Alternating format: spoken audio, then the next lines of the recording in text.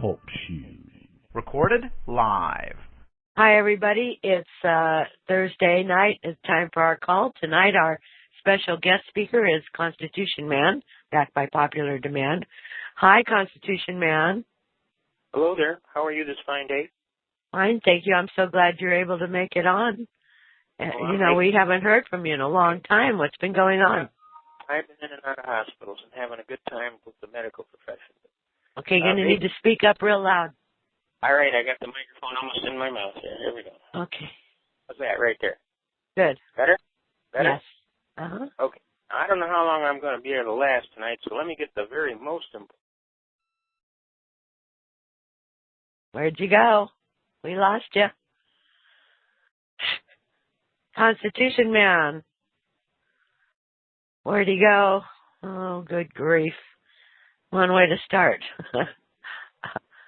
Where'd you go? Uh-oh.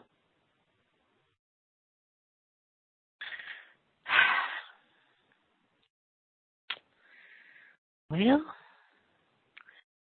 let's see if he comes back. Constitution Man, we lost you completely. If you can hear me, you need to call back in. Looks like we dropped a lot of people. Yep, we dropped him, or he dropped us. I don't know. Good grief. I hope he's not talking and doesn't realize that he's off. Let me see if I can. Let me call him on TalkShoe. Let me see if I can do this. Okay, everybody. See if I can do this. I think I can. Think positive. Good grief. Maybe he ate the microphone. I don't know. It's possible. I can't find him on here. It's not on my, maybe I don't have him here as Constitution Man. Duh. There he is. Okay, let's see if we can do this. It's ringing him. You have reached the voicemail box of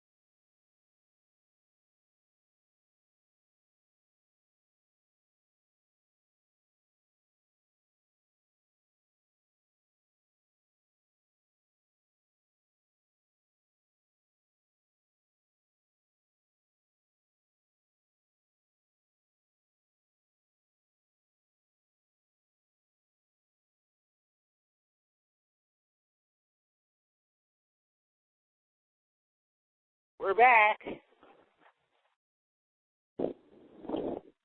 Are you there?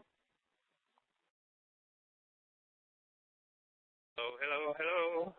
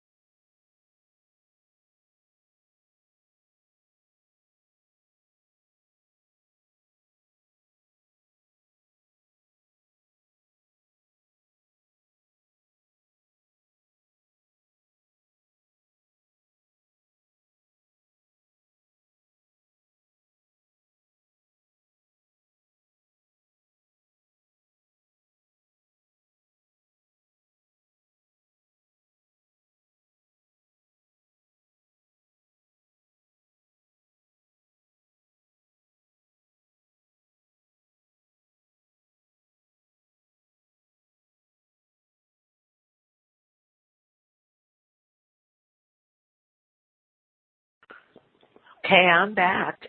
I'm back. I got bumped myself. Isn't that amazing? Okay, let's see. Did he get back on? No. Mm-hmm. Oh, there. Let's see. Is that you? Is that you? Oh, gosh, you sound a million miles away now. Are you on some weird microphone or something? Can't hear you. Mm. We can't hear you at all. Oh, there's another one from Southeast Michigan here. Is that you also? That's me. Okay, there's another That's Southeast. me. See? Okay. Yeah, I know. All right, now watch this. That one will go off. Did that one go off?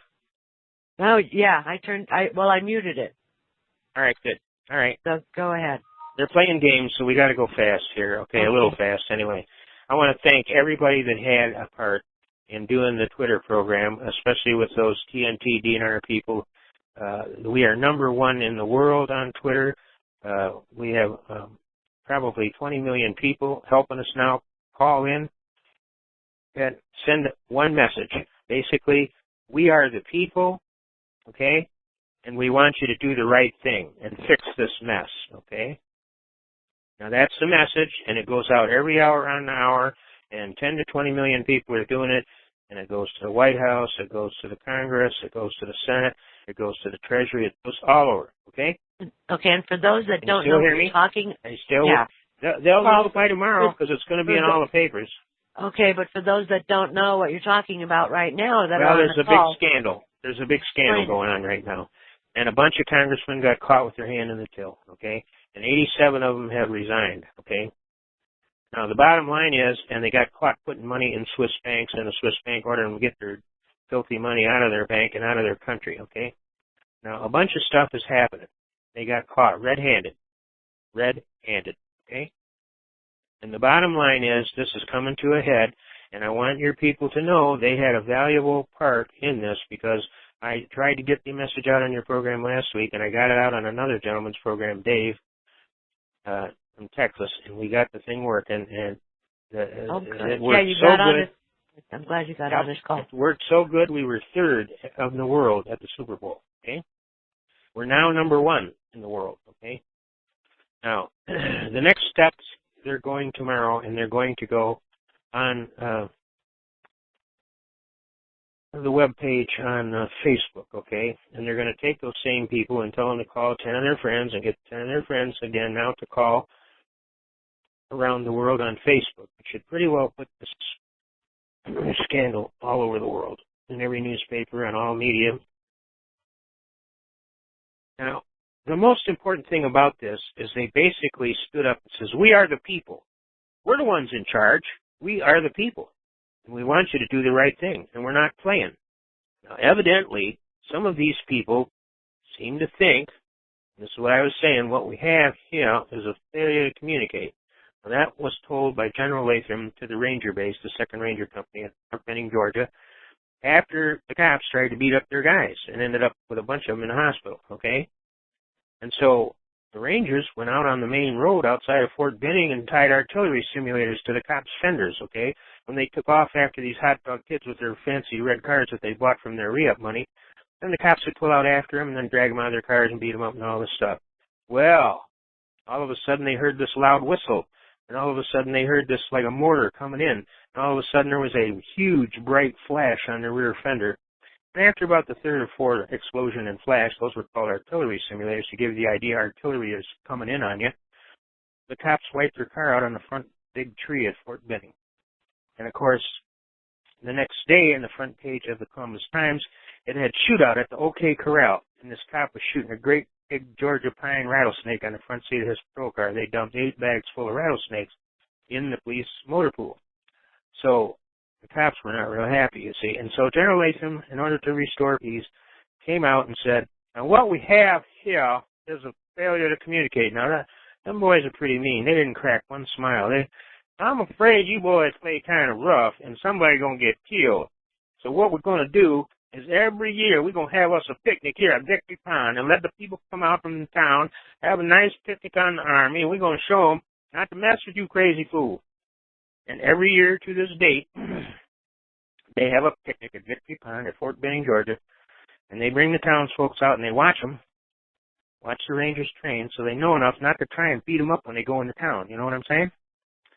And then we got ordered, you got to wear your Ranger jacket when you go to town, and you got to travel in 2s and 3s, because these guys are going to wait for you and try and lay for you and try and cave your head in with one of them black flashlights. So use good judgment, you know what I'm saying? Now, when the guy got to court, the judge Some people got chain gangs down there. Your Honor, this airborne ranger put 3 of my undercover narcotics officers in the hospital and ripped the door off a police car and did all kind of mayhem and went down to the jail and beat up the jail. No, that's all crock of bull.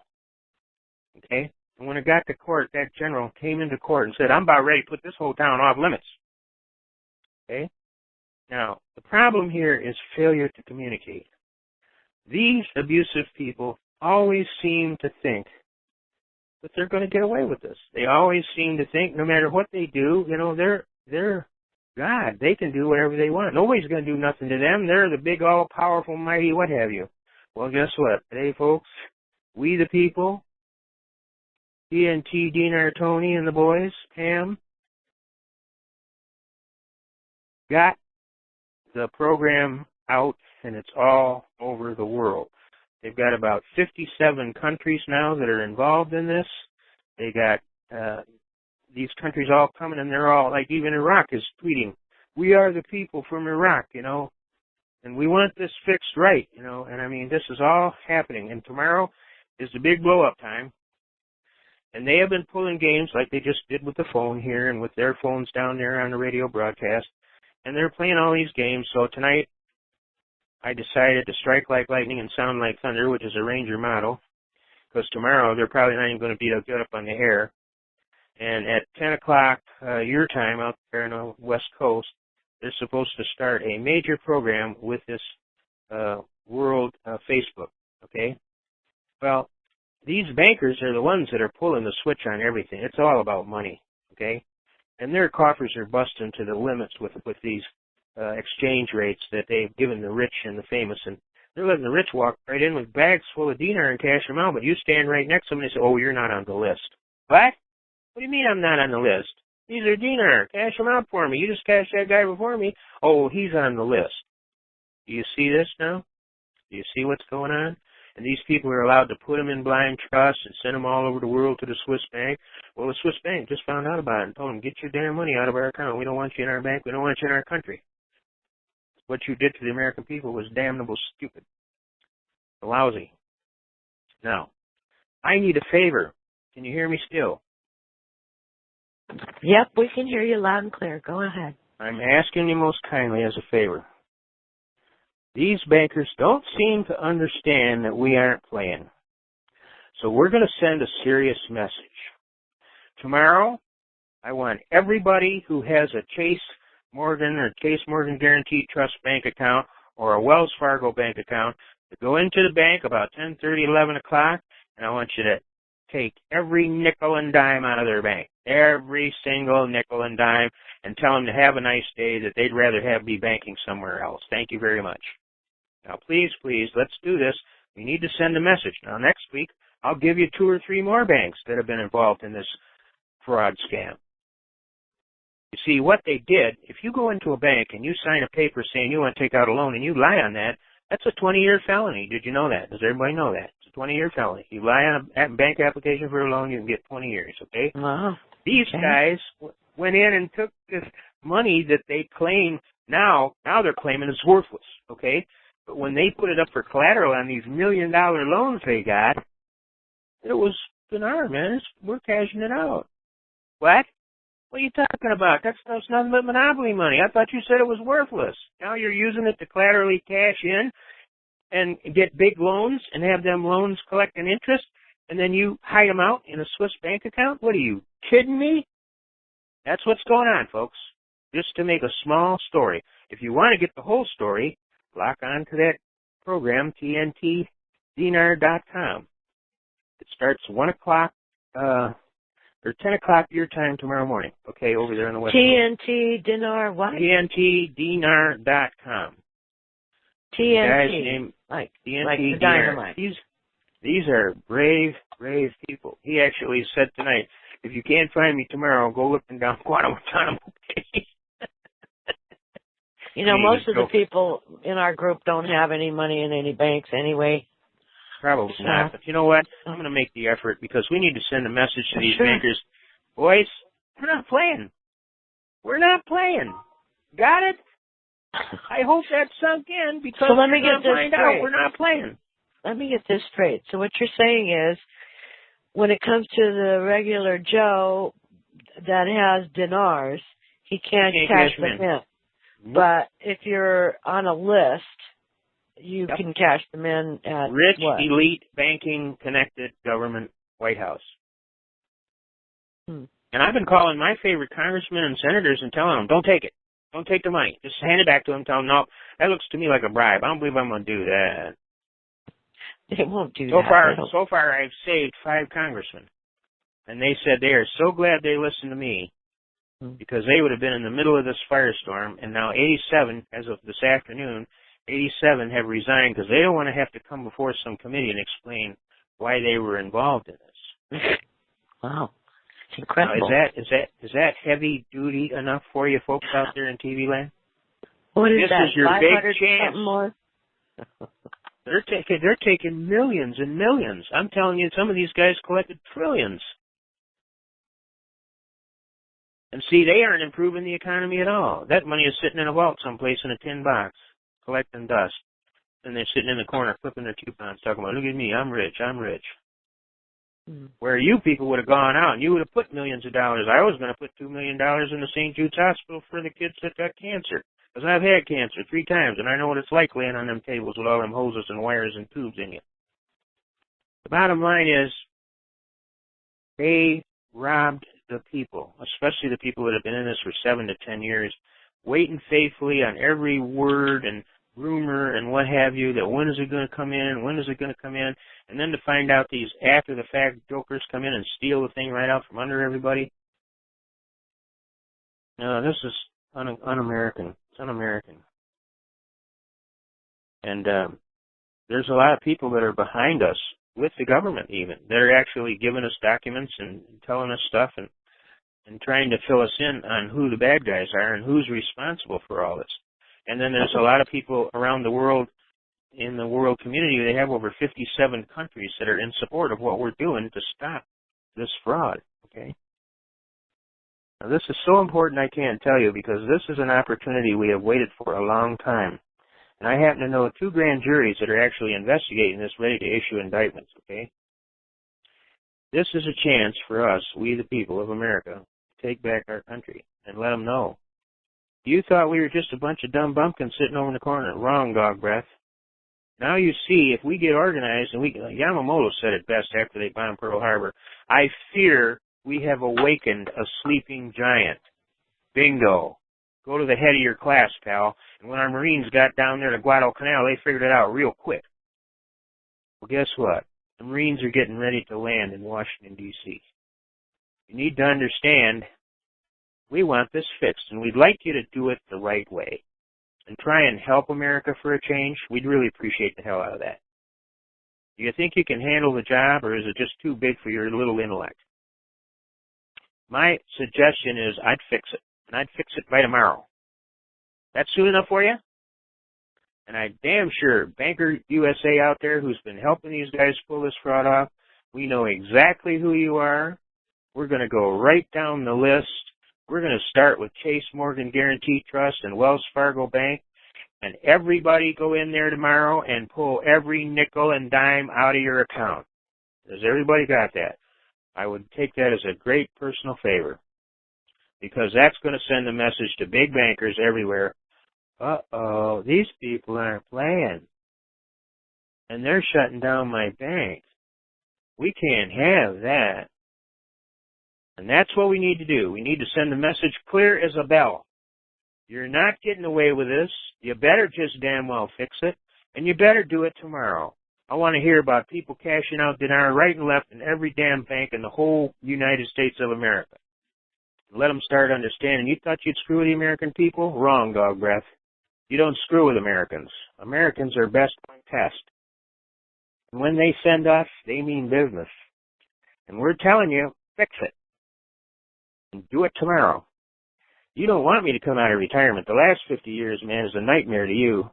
You wouldn't believe this 50 years. I'll burn your tail. You cannot believe the kind of knowledge I can transfer over one of these radio stations. I can bury you. Literally. Just to give you a little for instance, Does everybody know that in every state in the Union they have no right to tax nothing? Why is that? Title 31 United States Code, Section 742 says very clearly, except as otherwise provided by law, all stocks, bonds, treasury notes, and any other obligations of the United States are exempt from state, municipal, and local taxation. This extends to every form of tax which would require that either the obligations and green things in your pocket or the interest thereon is how they do their property taxes, or both considered directly or indirectly in the computation of tax. See Memphis Bank versus State of Tennessee at L. Garner. Now, you have that packet in your file there. It's called Title 31, Section 742 Explained.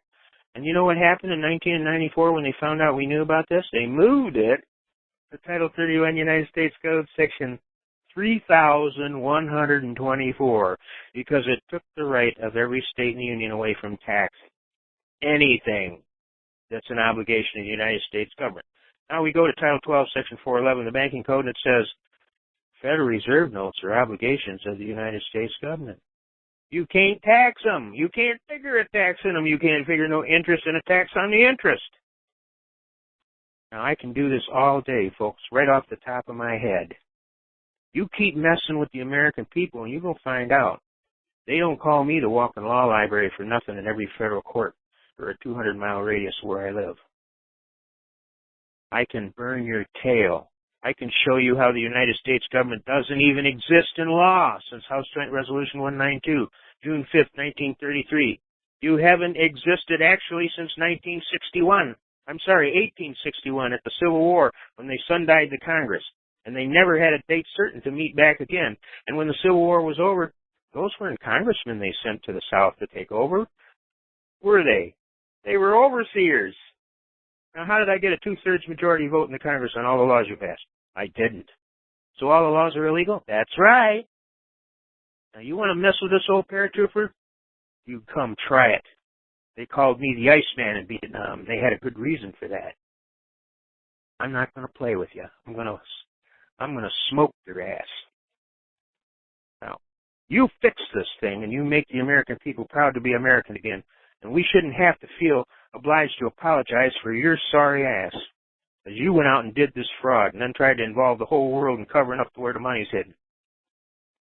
You fix this and you damn well better do it good, because every time I come out here, I'm going to tell the people something real important. Imagine if every time you tried to charge them with something, they came back with a motion to quash, strike, and dismiss, failure to state a cause of action upon which relief can be granted. The United States is not a real country. They're nothing but a fiction of law. They don't exist in law. Why? They went bankrupt in 1933, June 5th, House Joint Resolution 192. What is a bankrupt corporation, Your Honor? Civilly dead. You don't exist. You got to have a trustee of the bankruptcy to even open your court. I've proved it. I asked the bailiff, go get me his card over there, that prosecutor from the United States Attorney. He said, I need to have the right address so I can send him the best papers, okay? He came back with the guy's card, and I said, excuse me, Your Honor, when he started speaking, this gentleman doesn't have a right to speak. What? What are you talking about? That's the U.S. Attorney. I don't care if he's a man from Glad. He doesn't have a right to speak. I have his card right here, and it doesn't say on there, trustee of the United States Bankruptcy Court. So I must assume that he's not a trustee of the United States Bankruptcy Court. He doesn't even have raised letters on his card, so he ain't real proud of what he does. I said, I submit this to the bailiff for your perusal, Your Honor. You'll see he's not a trustee. He doesn't have a right to speak, Judge. Only a trustee of the bankruptcy court can speak before this court on a bankrupt entity, and the United States is bankrupt. House Joint Resolution 192, June 5th, 1933. The guy stood up and says, you have got to be kidding. And the judge turned to him and said, shut up, sit down, I'll tell you when you can talk. 19 minutes later, I was walking out in my own recognizance, being charged with 27 years of income tax violations, and I ripped the floor right out from under him. All of you people out there can do this. All of you. Everyone. Every time these people want to charge you something, fine. Motion to quash, strike, and dismiss, Your Honor, failure to state a cause upon which relief can be granted. These guys are not a real body. Slow down, honey. They're not real. They don't exist. As a matter of fact, they're civilly dead, Judge. Isn't a bankrupt corporation civilly dead? Well, that's right. So they don't have a right to come before your court and speak nothing unless they got a trustee of the bankruptcy court with them. Well, that's right. Slow down, Constitution man. You're going too fast. I move for you to strike this complaint, Judge. He's not a trustee of the bankruptcy court. And that prosecutor got up, red-faced as hell, and that judge told him time after time, shut up, I said, sit down, I'll handle this. 19 minutes later, I walked out. I said, you know, Your Honor, and this is a true story, and I apologize because some of it's a little bit swear-wordy, but they charged me with 27 years of income tax. And I told them, I said, well, I've heard it said that a United States attorney can indict a ham sandwich. And everybody laughed. They thought that was real funny. And I said, but I'm here to tell you, this is a damn fool complaint. And if you bring this damn fool complaint, I'm here to tell you, you better crawl upstairs in that dusty loft on the 10th floor and pull out the real thick books, because I'm here to tell you I have already done that. And if you bring this damn fool complaint, I'm going to tell you to make my day, just like old Clint Eastwood. And the whole court was in shock. You could have heard the echo on Mars. And then everybody laughed, and then even the judge was laughing. And the poor public defender, they put the stand next to me, reached to heaven and looked directly in the ceiling where God was and said, why me? What did I ever do? 19 minutes later, I walked out of that court free as a bird in jail clothes with all the cops holding their guns and the bailiff escorting me to the front door saying, judge says let that one go, he's heavy duty. Well, this can be done by each and every one of you. The time for worrying about crap is over. That's what I'm giving you tonight. And I'm giving you that because these guys deliberately didn't fix this, and I gave them 2 days. That's more than enough time to make a phone call and say, fix this. They could have made a phone call, and it would have all been fixed. But no. So now you reap the whirlwind. Have fun in court. And I'm telling every one of you, if you ain't having fun, you ain't doing it right. That's right. How do you handle I want you laughing when you leave that courtroom. I want you to stand out in front of that courthouse, and I want you to take your fists out there and beat them on your chest and give them the, That's what I did. All the cops laughing their ass off. Mess with that paratrooper. He's heavy duty. He will get you. He will get you. They didn't call him the Iceman for nothing. You should see the beautiful knife that they gave. All hand carved, and it's got alligators all over it that Ranger Ron got for me. It was real nice. And on the bottom it says the Iceman, Ranger Airborne. And then it says the alligators talking to each other and the paratrooper's coming out of the plane. He goes, here comes dinner. Now, this ain't a knife. This thing is a Roman short sword. I said, man, if you fell in the water with that on, you'd drown. He laughed. Anyway, I got to watch getting this wound up. You can tell I'm very passionate, and I bleed like right now. So I'm going to just slow down a little bit now and share with you.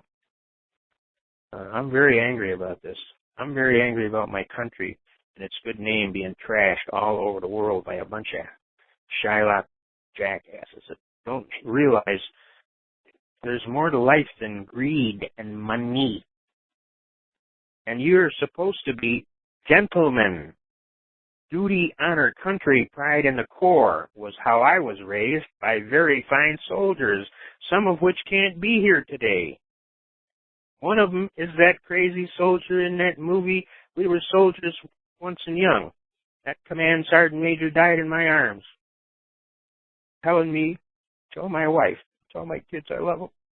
9 kids. The guy only had 9 days to go. He got shot. I told him, I'll take care of your Foot Locker store. Just stay in the damn hooch and don't go no place. No, he had to go out and take care of his boys, because that's the kind of guy he was. He got shot, and the general cried all the way to the hospital. I kept trying to tell him, take it easy, Sergeant Major. Everything's going to be fine. Just stay calm. We're only 5 minutes from the hospital. We'll be there any minute. We redlined the aircraft. We're going to be there any minute. Just stay calm. Stay calm. We'll have you in the hospital any second. We'll crash land the bird if we have to make sure we get you in there. Now, come on. My brave men died. A lot of them in my arms, and I'm pissed. This was supposed to be for the soldiers of America that fought these wars. They ain't getting a nickel. All them philanderers are down in Washington. They're cashing out in the back door and getting all the money, and none of the little people are getting the zip, let alone the soldiers lying up in hospitals all shot to pieces. You haven't lived till you've been to a veterans hospital. I've been to veterans hospitals, and you know what the damn nurses did? They bet. We bet that we can get that old man over there to lift off the bed by 3 foot. And they actually took a bet on it. And at 4 o'clock in the morning, they jumped me, put me in a chokehold. Well, now 4 o'clock in the morning, it's usually pretty quiet. You know what I'm saying? Not that morning. I came out of that bed, I cleared that bed easily by 3 foot. And all you heard going down the halls of that veterans hospital was, and all of a sudden, all them soldiers started laughing. And they laughed their ass off. And all day that nurse, hey, you jump into them old paratroopers lately? I'll bet you don't never do that again. You had to go home and change your blouse, didn't you? They laughed him off the floor. And the doctor come up and found out my stitches got ripped because I was screwing around with this stupid nurse. That's when he fired that nurse and said he'll never work in another hospital again. And he took me back up to emergency and stitched me up again in emergency. Now, I'm telling you, we treat our veterans like crap.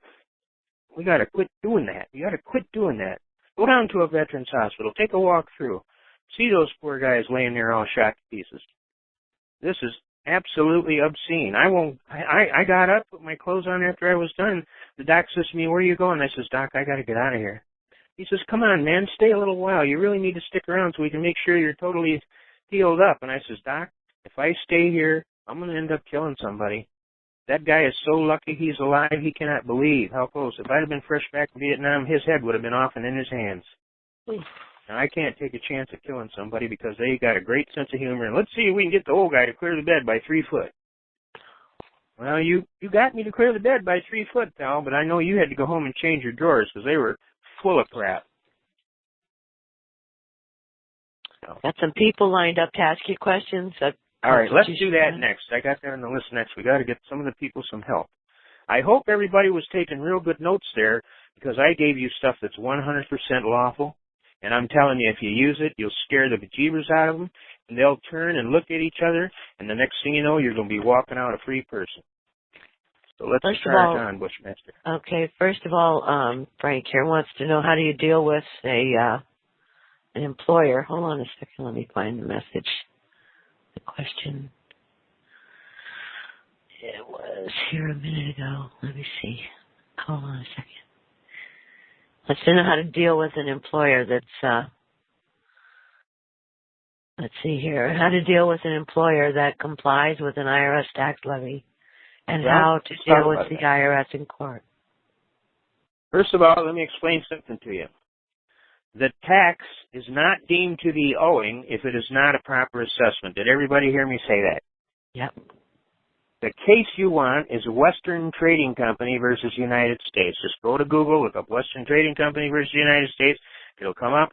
In the very first paragraph, it's going to say if the assessment is not properly done, the tax is deemed not to be owing. Okay? So burn that into your brain first. Next, I have a whole packet in there explaining. There's several letters, Pastor Garth letters, okay, that are on your file, and I gave you all these files, okay? I think that's on the website, yeah. It's on there. Pastor Garth, how to deal with your employer, how to deal with the bank, how to deal with, the tax assessor's office downtown, all of that. It's letters to them, how to deal with it. Now, it explains in great detail. First of all, look on the assessment. Up in the left-hand corner, there has to be a number that it's a 686 parens B, small b. If it is not a 686 small b parens b, it is not a real assessment. It's a made-up. It is what is called a notice of intent to lien. Got me? Repeat that again. If it's a what? If it's a 686B, it's a valid lien or assessment, okay? Mm-hmm. But they'll have 668YCS and all kind of other things up there. Those are nothing but notice of intent to lien. A notice of intent to lien is not a lien within the meaning of the Internal Revenue Code. It's nothing but a scam. Now go down in the bottom left-hand corner of the document, and you're going to see two people signing the same document, except there'll be a little small FOR, which means that one person is signing on behalf of the other person. You then want to ask that IRS person, where is, or your boss at work, where's the power of attorney that says this person can sign for that person? There isn't one. Well, This is not a valid document. There has to be a power of attorney before somebody can TST and sign for another person. Can I sign for you? How about I sign a big bank company check and I sign your name? What would you think about that? I'd be in jail. That's what would be happening there because we'd be talking about forgery. But that's exactly what's going on. One person is forging the name of the other person like they have authority to do this and they have a valid power of attorney. Look on the back of the document. There's no power of attorney. Got me? Next, go to the right lower part of that document, and you're going to see somebody signing, and it says revenue agent. Okay? A revenue agent is a GS9 or below. Supposed to say GS11, collection branch manager. They never do that. They put a revenue agent down there. Revenue agent has no authority to sign an assessment. That's totally verboten. So now we have an assessment here that's totally bull.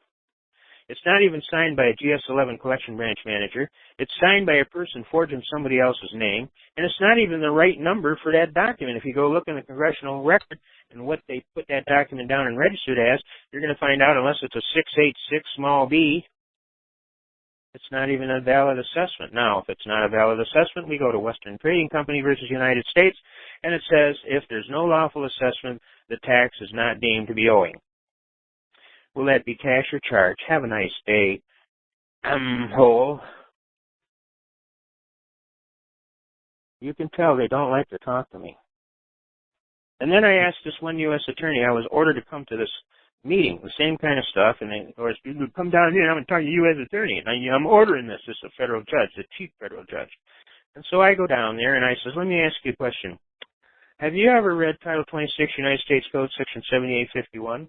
The part where it says that the entire Internal Revenue Code was never enacted into law, that they did that deliberately so they wouldn't have to repeal the 1939 Tax Act because that's where all the collection authority was, to collect people's property, and they didn't want to lose that authority.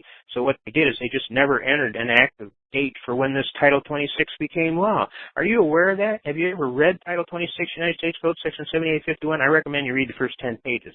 Meticulously, back and forth, at least 10 times. Because you're going to find out this entire Title 26 United States Code is not even acted into law. You want to comment on that right now? Because you're perpetrating a felony. You're impersonating an officer, and you're claiming to be unlawful authority, and you are neither. Got me?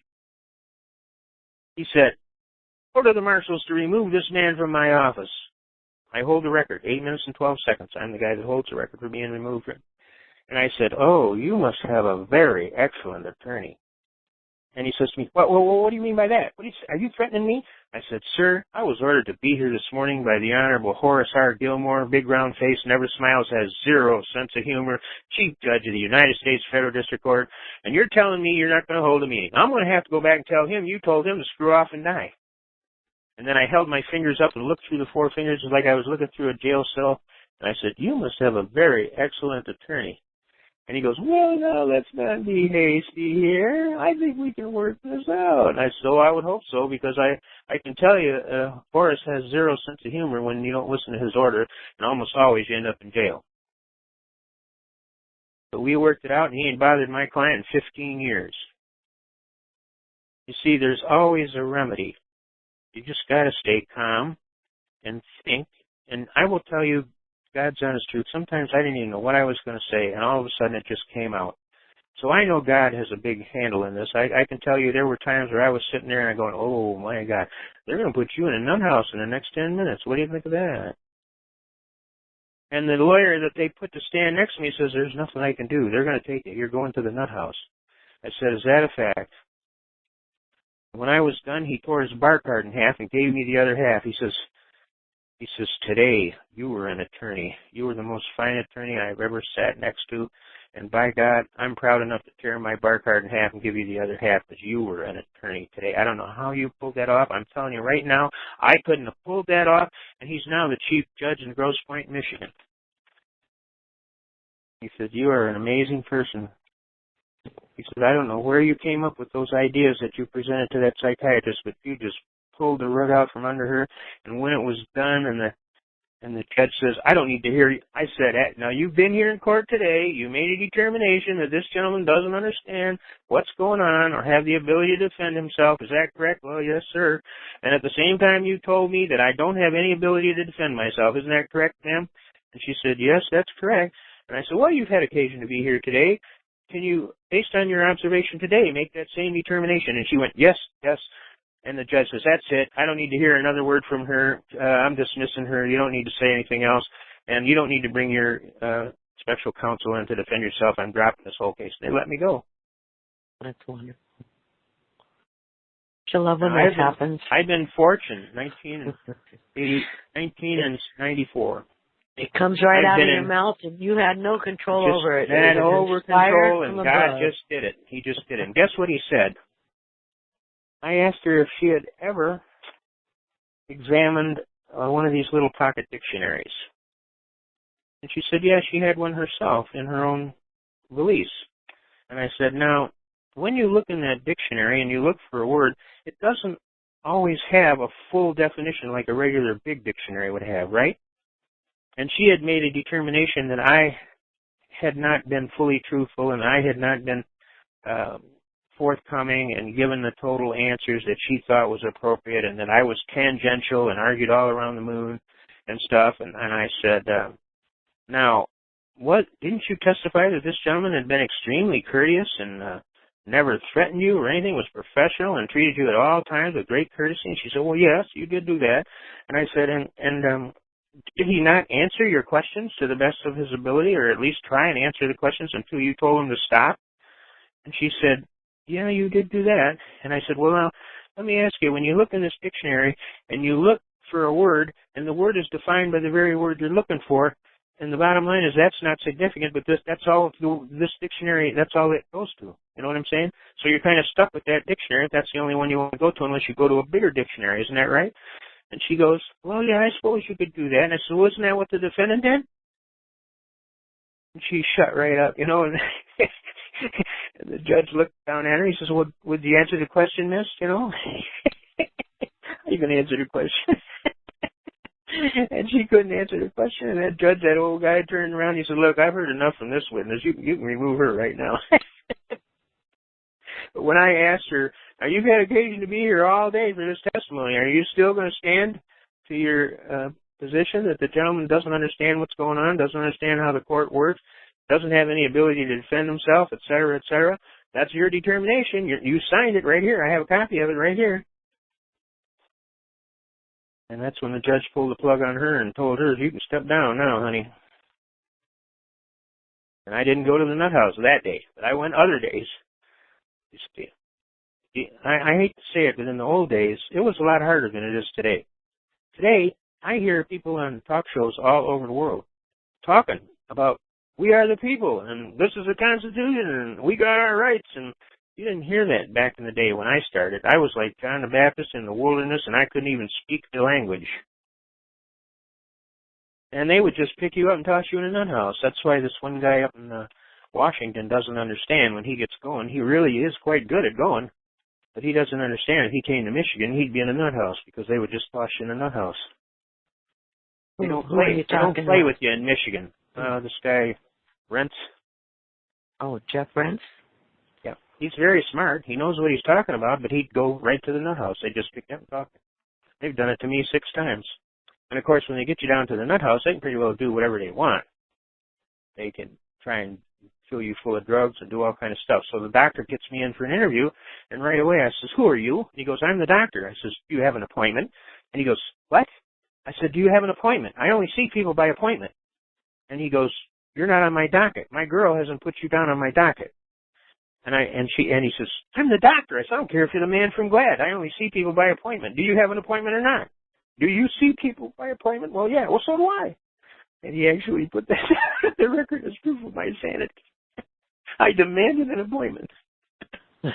Now, that came from God, trust me. God has given me a unique sense of humor. He really has. And I just was so floored to ask that guy, well, do you have an appointment? The look on his face was just absolutely precious. And he goes, I'm the doctor. I don't need an appointment. Oh, no, you got to have an appointment. Now, Okay, well, we've got I want three you more to do. people I in want you to line. be creative. Creative. Want to take some more questions? Go. Let's do it. I hope that helped that other guy. Tell him I to hope go so, to those too. 2 files. One is called Pastor Garth on filing letters to employers, banks, and what have you. And the other is the actual 112-page letter that says the entire thing is illegal as applied to me. And believe it or not, that 112-page document I read to the court from memory. Wow. And I'll tell you what, they stood up and took notice. I memorized the whole document and read it to them. And they had a hissy fit and had to dismiss everything. So I'm telling you, the name of the game is outwork the bums. Yeah. Go get you gotta those study. documents out of her file, okay? All right, let's get another question. Okay, Southwest Florida. Go ahead. You've been unmuted. Do you have a question? Hi, Carl. How you doing? My question is, why is Carl such a shit-talking, bullshit motherfucker, son of a bitch? You're actually Do me a favor. Can you go near a window? Because you're breaking up real bad. I don't think we want to hear what he had to say because it sounded like it was just, mumbling to me. Foul Yeah, and I language. can't understand the word. Or was it foul language? Okay. It was foul language? Yeah, I was all foul Come on language. now, we got ladies out here. We can't be doing foul language. I mean, I know. slip every now and then myself, but the bottom line is we got to be at least professional, okay? And you damn sure can't do that to a judge. All right. Well, next we have North and West Colorado. Go ahead. Did you have a question? Northern California. Oh, I've been unmuted too. Oh, yeah, wow. that's, So, hold All right, on, what's the question? Buzz. Hold on, Buzz. Yep, okay. North and West Colorado. that's me. Okay. Hold on, he was first. Buzz, go ahead. Sorry. Thank you. Hey, Constitution Man. How you doing? I'm fine, thank you. Can you hear me? Can you hear me? Yeah, I can hear you. Okay. You're a true American superhero. Is how I would put Well, it. I'm just trying to make sure everybody gets their day. And I got a little story. You're a true American superhero. Well, I'm trying. I'm trying to do the best I can to make sure every little person gets their day. Well, thank you. And so, in that regards, I actually wanted to ask a question on behalf of somebody that I've been helping who went into unlawful detainer court today in California. And as she described it, she was laughed out of court, but I think she was a bit emotional at that point. What happened is she was served a unlawful detainer complaint, and I had prepared a jurisdictional challenge based on the fact that the attorneys will always verify the complaint themselves in California when they're suing, when they're trying to end a foreclosure and get the homeowner. You're gonna out. laugh. You're gonna laugh. Don't laugh too hard on this because I really want you to look. Go look at the papers and see if that attorney filed an appearance. Well, in California, they don't need to. I've looked into that. Oh, come on. You always have to file an appearance. That's the rules. If you don't file an appearance, how do I know who you are? I know. I've looked in the rules, and I haven't found anything that says they have to. And from everything that I've heard, it's just they don't have to in California. That's ridiculous. So, well, for sure, that would be a jurisdictional defect. That would be a jurisdictional defect. Okay. I don't disagree with you, but what I'm dealing with here is a solid jurisdictional defect, which is the attorney is verifying the complaint. Okay. And so I spent a lot of time researching this because it was for my own challenge to the unlawful detainer that was unsuccessful. But I've run it by several people, and nobody said that there's a problem with it. So this was the first time I've gotten to deploy this, which I deployed in the form of a motion to strike because it was appropriate under the rules of court. So the problem is not the complaint, the motion to strike itself. The opposition that was filed by the bank's attorney was a complete joke, and it just was, they tried to, they built up a straw man and struck it down. The problem was when she went into court today, she didn't know how to force that judge to hear the motion to strike, which was going at the jurisdictional issue. The judge basically said, "No, you can't do that right now." This, he blew a bunch of smoke up her ass. Basically, is what he did. And because she wasn't able, she didn't, I tried to coach her all week. We spent a lot of time on the phone. She's in Southern California. I'm in Northern California. Okay. And, I went through the same thing, and, I know what it's like going through that, and she just wasn't grasping what she needed to know in order to tell that judge, to go take a hike. So, in other words, basically they just laughed it off is how she described it. So my question is, what can we do to go in there? What's a real effective technique? Well, the very first thing, you have to follow the court rules very meticulously, and I usually catch them on some error in that way. But one of the things that's very clear in any court you go to, if you have effectively stood there and challenged jurisdiction where they have to prove, especially standing, and in the federal courts, it's Title 28 United States Code Rule 17A1, and if they can't prove standing, they have no right to be there. And there's a bunch of cases that uphold to that. I'm trying to think of the case out there in Massachusetts. I'm a little tired. Well, let me broaden my question. If they can't prove, well, wait. Let's take it a little bit at a time. First of all, when we dissect this kind of stuff, you have to take it a little bit at a time. The first issue in any court battle is jurisdiction and venue. Okay. Now, if she has effectively said, "Hey, I challenge your jurisdiction," the law says, and this is what it says in Title V United States Code Section 556D, as in David. The proponent of a rule or order has the entire burden and proof of all claims made. Now that follows up with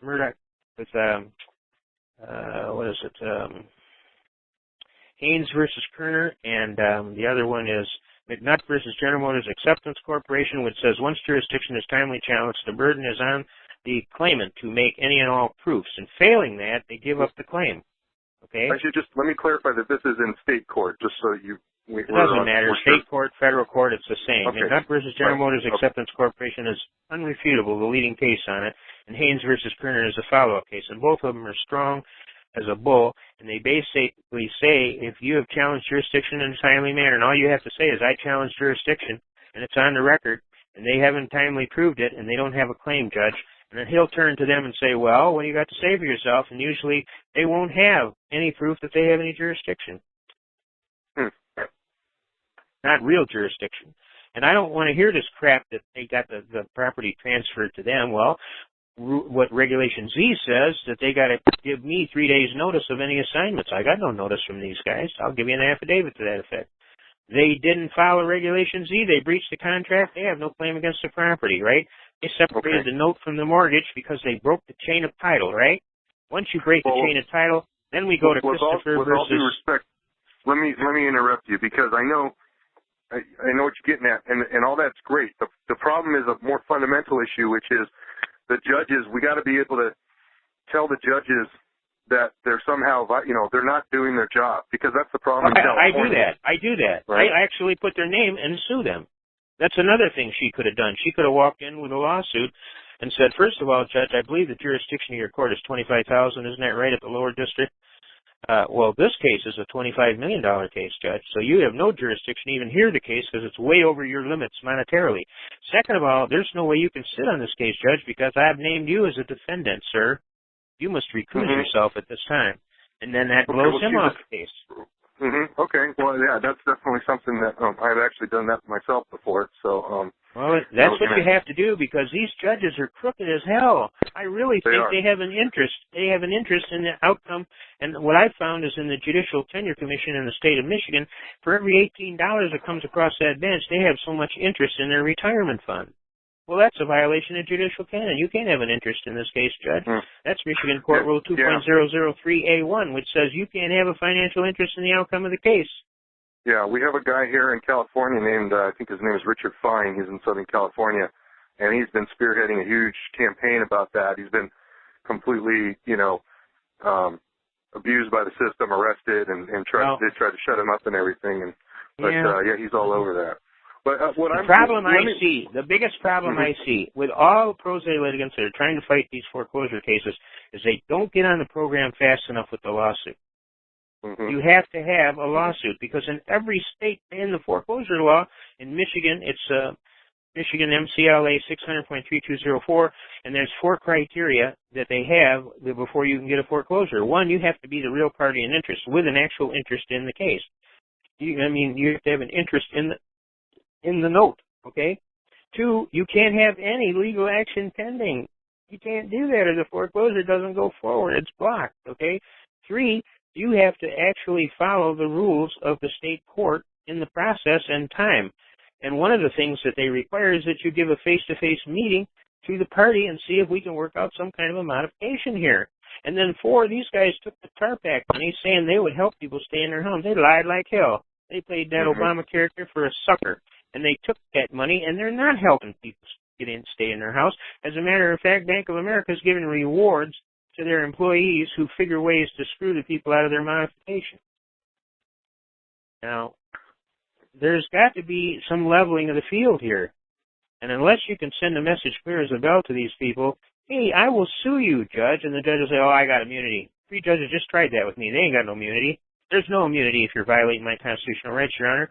Article 3, Clause 1 of the Constitution says you serve as a judge of a court of record in good behavior. You got to be in good behavior. And if you're violating my constitutional rights under 42 U.S. Code 1983, 1985, and 1986, you're not in good behavior, pal. On top of that, I've had occasion to pull your oath of office, and you don't have one, Judge, and I've got a certified apostille seal from the clerk of the courts that says you don't have a timely filed oath of office. Therefore, everything you rule on is bullcrap. I mean, it's not. Right. You're a quorum non judice, Your Honor. Puerto Bail Bonds versus State of Texas says anything you sign, rule, order, or anything is moot because it doesn't exist in law. It's void ab initio. So I'm charging you, Judge, as not a lawfully seated judge. You're a quorum non judice. I'd ask you to step down out of courtesy and get off of my case. Otherwise, I'm going to have no other choice. I'm telling you now, I'll sue you. Now I'm suing the judge. Can that judge sit on that bench case? No, I got to get out of here. He'll run off the bench so fast. And how I deal with the attorney is really clever. Not that I'm that clever, but I'm just telling you. I get the attorney to get in there, and he starts talking. I said, well, Your Honor, before this matter proceeds further, I would like the court to read this attorney his rights under Miranda versus Arizona, Dickerson versus United States. And he goes, what? Where's this going, counsel? I said, well, if he's going to commit a felony in your courtroom this morning and lie and get busted for perjury, I think it's only fair that he get read his rights. Man, that guy closed his case so fast, and you could hear the vacuum on that door. He cleared that courtroom, and the judge looked over and smiled. He goes, that's damn clever.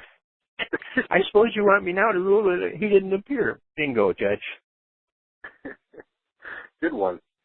Well, try that one. Mind. That one's a lot of fun. That guy will clear that courtroom so fast.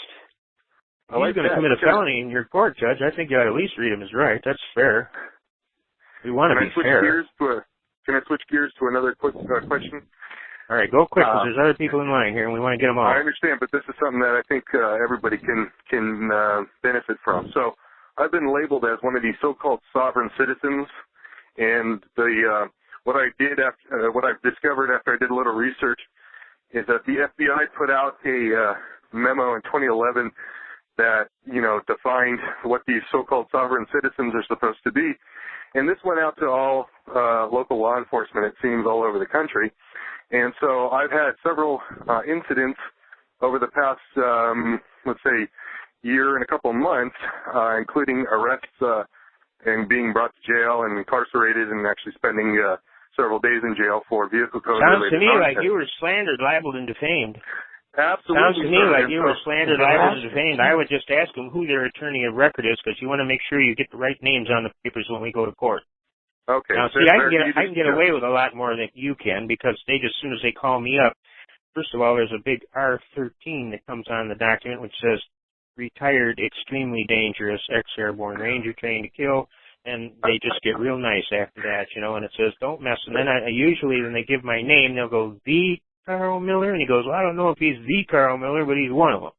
And then I'll usually hear the sergeant yell, well, for God's sake, don't give that guy no ticket. He goes, Sergeant, he ain't got no plates on the car, he ain't got no license, he ain't got shit. And he goes, I don't give a damn what he ain't got. You just tell him to have a nice day and hope he don't get no papers in the mail, because that guy will drag you to the Supreme Court and sue your balls off. And then all the cops start laughing on the radio, and then the sergeant says, all right, clear this net, get off my radio. Okay, so you've pretty much confirmed what I know I need to do. My problem is I haven't established that reputation yet, and so I was going to ask, what do I need to do to establish a rep? All right, well, just send them a notice of lieutenant. You're about to be sued. You slandered and libeled and defamed me. You put my name on some kind of a negative so-called hit list. You deliberately caused me great violation of my rights, false imprisonment. It's $1.8 million per day for false arrest and false imprisonment. I'm going to add up my damages. I'm looking at about $3 trillion here. Okay. You own any lakefront property? I do love lakefront property. I'll be Very putting good. liens and levies. I'll be putting liens and levies on your property come next Tuesday. So you make sure you're real careful what you're going to do, pal, because I can tell you I can be at that county seat in an hour, and I'll know every piece of property you own. All right. Well, thanks very much for your time, and I also appreciate you helping my friend K.O. in Washington. He took over for me when I couldn't in his unlawful detainer. So Carl? Are you talking about Carol? Oh, okay. Yeah, I'm trying to help him right now. No, help him right now. Okay. Yeah, I appreciate you doing that because I couldn't carry on assisting him. So I appreciate you. Picking up he's for laid back in the weeds. His problem is he's laid back in the weeds, and he's hard to reach at times, and it's hard to see if he's actually staying on track with what I tell him. But we're getting there. He's a procrastinator. He wants to make sure everything is right. So you have to tell him I can also tell that he's an old timer, and he's going to be real careful. Yeah, he is. That's why I would want him to do that anyway. Yeah, well, he has had a hard time, and he's just trying to live out the rest of his years in peace. So yeah, just leave me the hell alone. That's right. Exactly. Leave me alone. Yeah. Go find somebody else to screw with. I'm your worst nightmare if we go to court. He's on the call right now. All right, give me another one. Let's go. Stand up, look up. All right, Nancy, where are you there? Yeah, I am. There you go. Hi. Is this Nancy the nurse? Is this Nancy the nurse? No, this is Nancy. Oh, I get a lot of mail from Nancy the nurse. Okay. No. Well, we haven't communicated for a long time. I'm in a federal case on tax and they were citing a case that's Celotex, which they said all that's necessary is I don't know if the word is valid, but an assessment. And I'm taking apart all their things where they've done the assessments. Are you looking at the document right now? Well, not at this instant, but yes. Okay. Yeah. I want you to get that document, and then I want you to go pull a file with Angela's file and get the letter, Pastor Garth, the 2 letters to Pastor Garth. Okay. Yeah, I can do that. And I want you to read those, and then you're going to understand they don't have an assessment. Well, I know and that. And everything they're doing is illegal. Both state and federal is 100% illegal.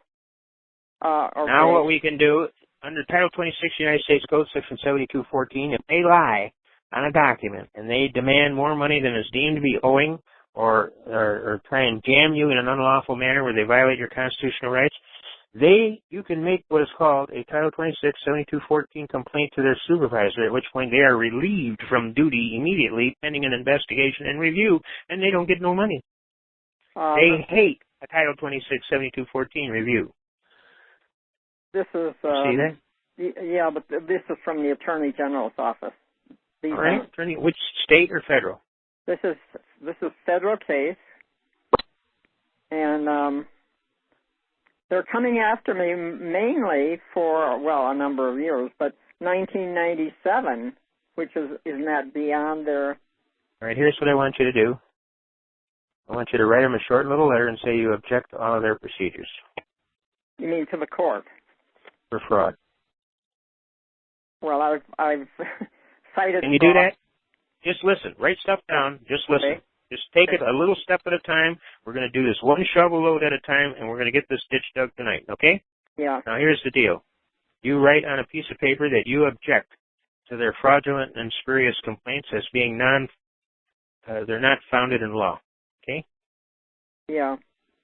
You're going to ask them to cease and desist from all such unlawful activities in future.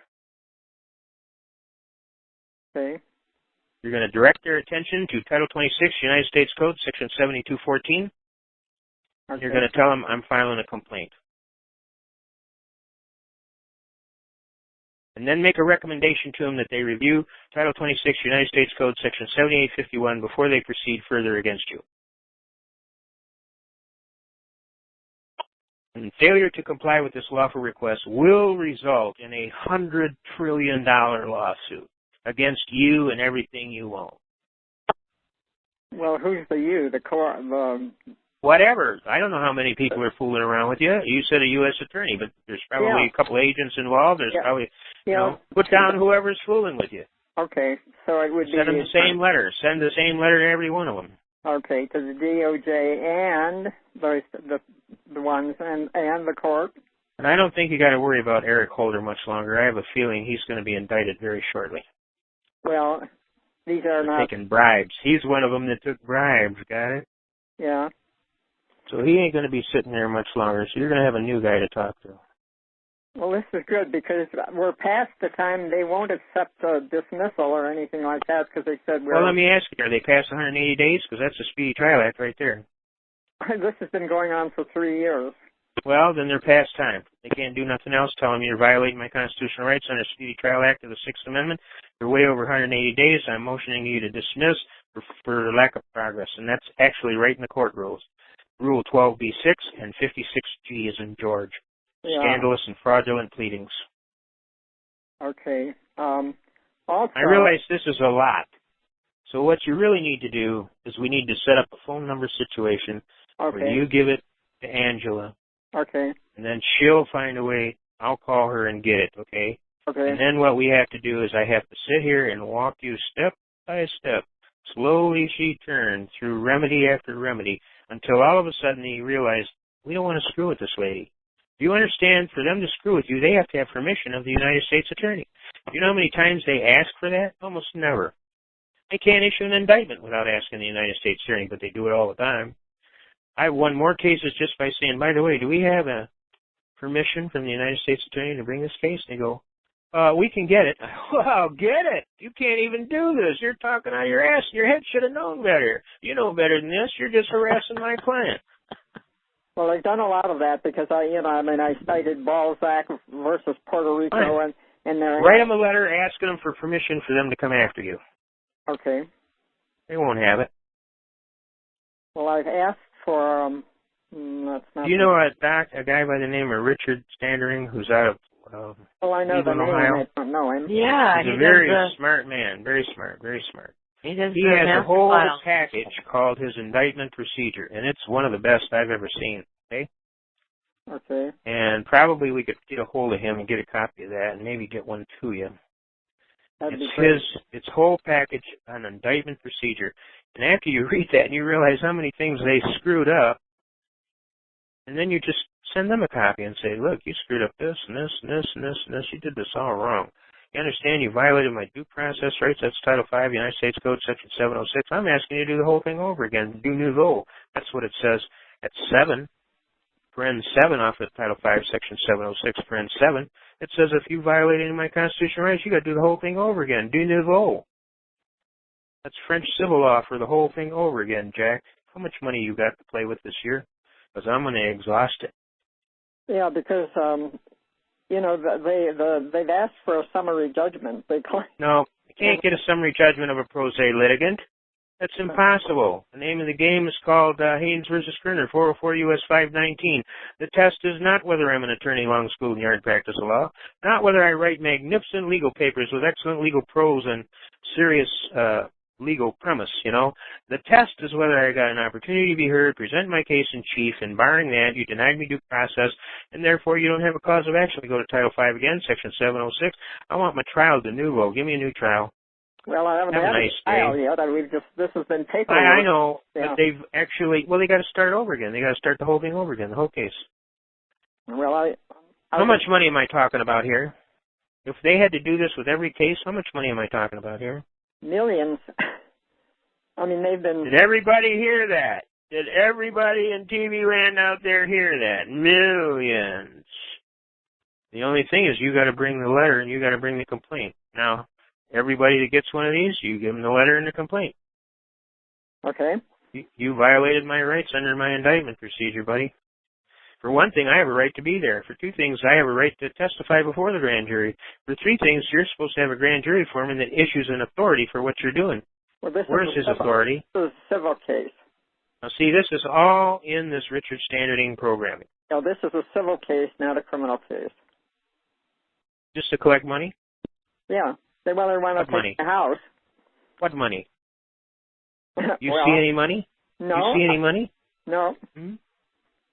Get a book from the Federal Reserve Bank. You can go on Google and you can Google it up. It's called Modern Money Mechanics. Modern Money Mechanics. They actually was put out by the Federal Reserve Bank, and it actually says they make money out of thin air. Really? Yeah, I know. It comes out. So what you're saying is there's no intrinsic value to the money. Well, that's technically true. So when you say you have this amount of money, you really have nothing but thin air, isn't that right? Well, I suppose you could say that. I did say it. I've never been paid. Yeah. See, there's many ways to skin a rabbit. Many ways. Do you hear me? I have one last. You just got to be creative. You got to be creative. Now there's a You got to pin their hide.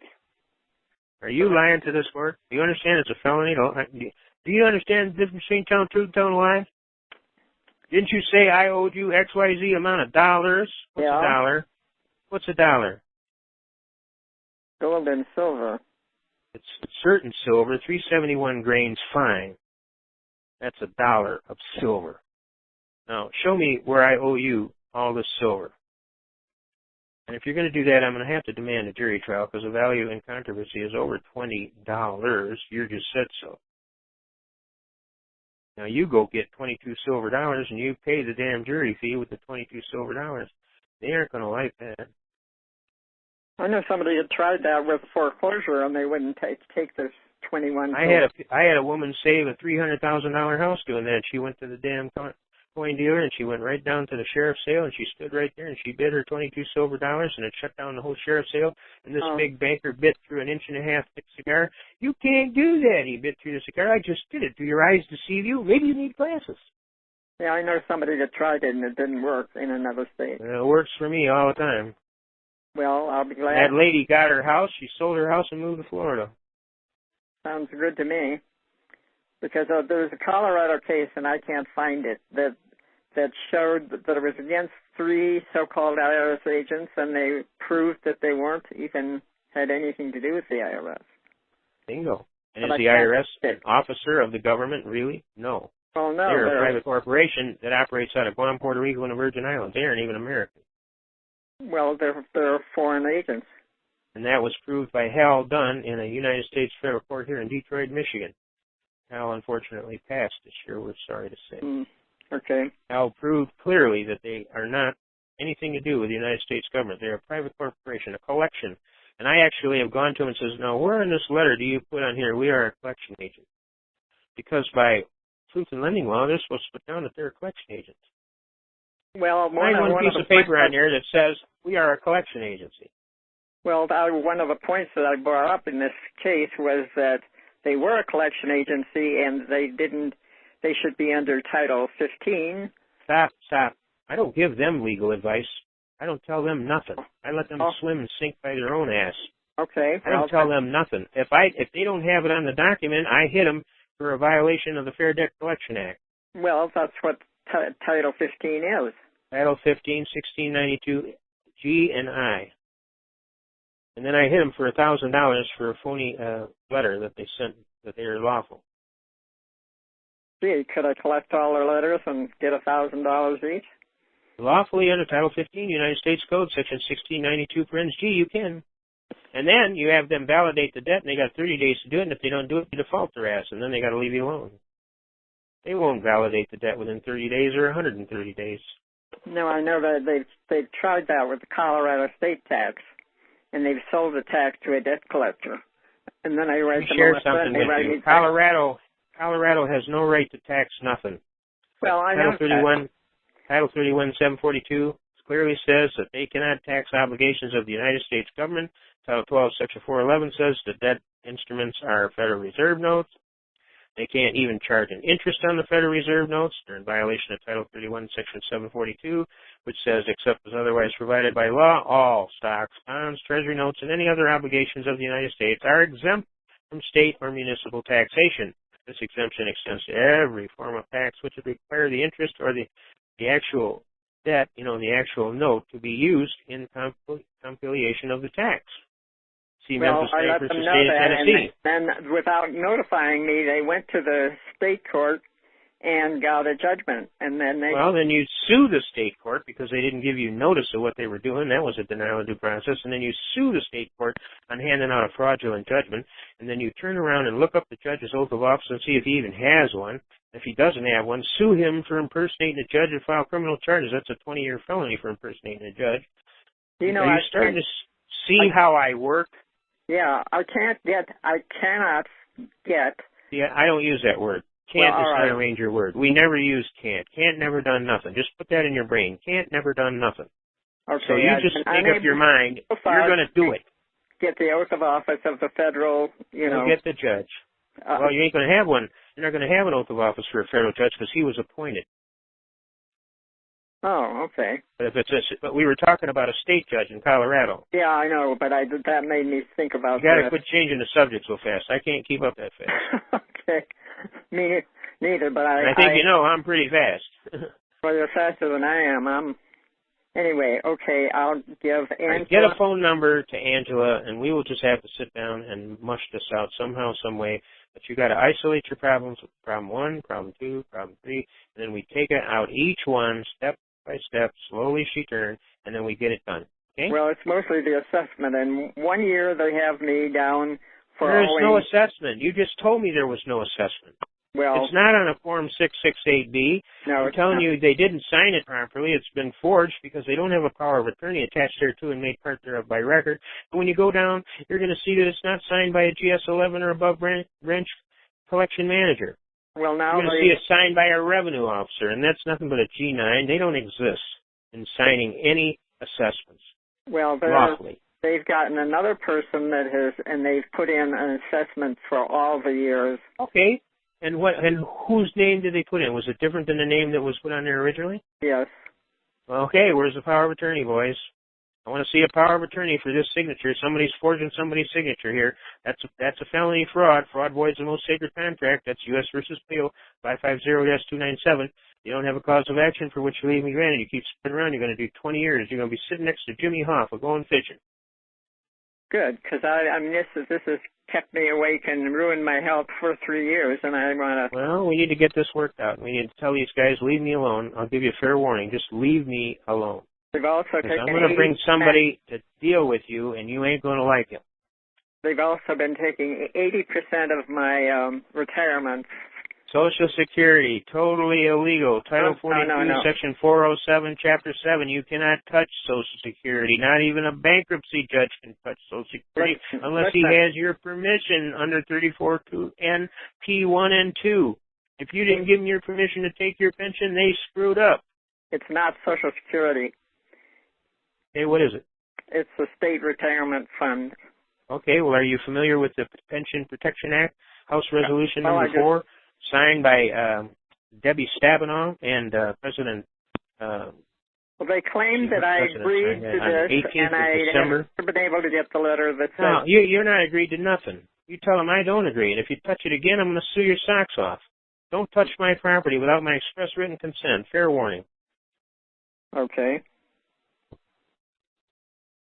Well, tell them to start reading. Oh, also, if you go in Angela's file and you look up there on Social Security and Pension Protection, there's a whole series of letters on that in the file on pension protection. Stop touching my Social Security. That's one of the letters. Another one is don't touch my pension under House Resolution 4, signed by Debbie Stabenow, otherwise known as the Pension Protection Act, and it was also signed by Junior. George Bush? George Jr. George Jr. signed it on the 18th of December in 2006. Anybody that wants any of this information, it's on the website, My Private Audio. Website, right.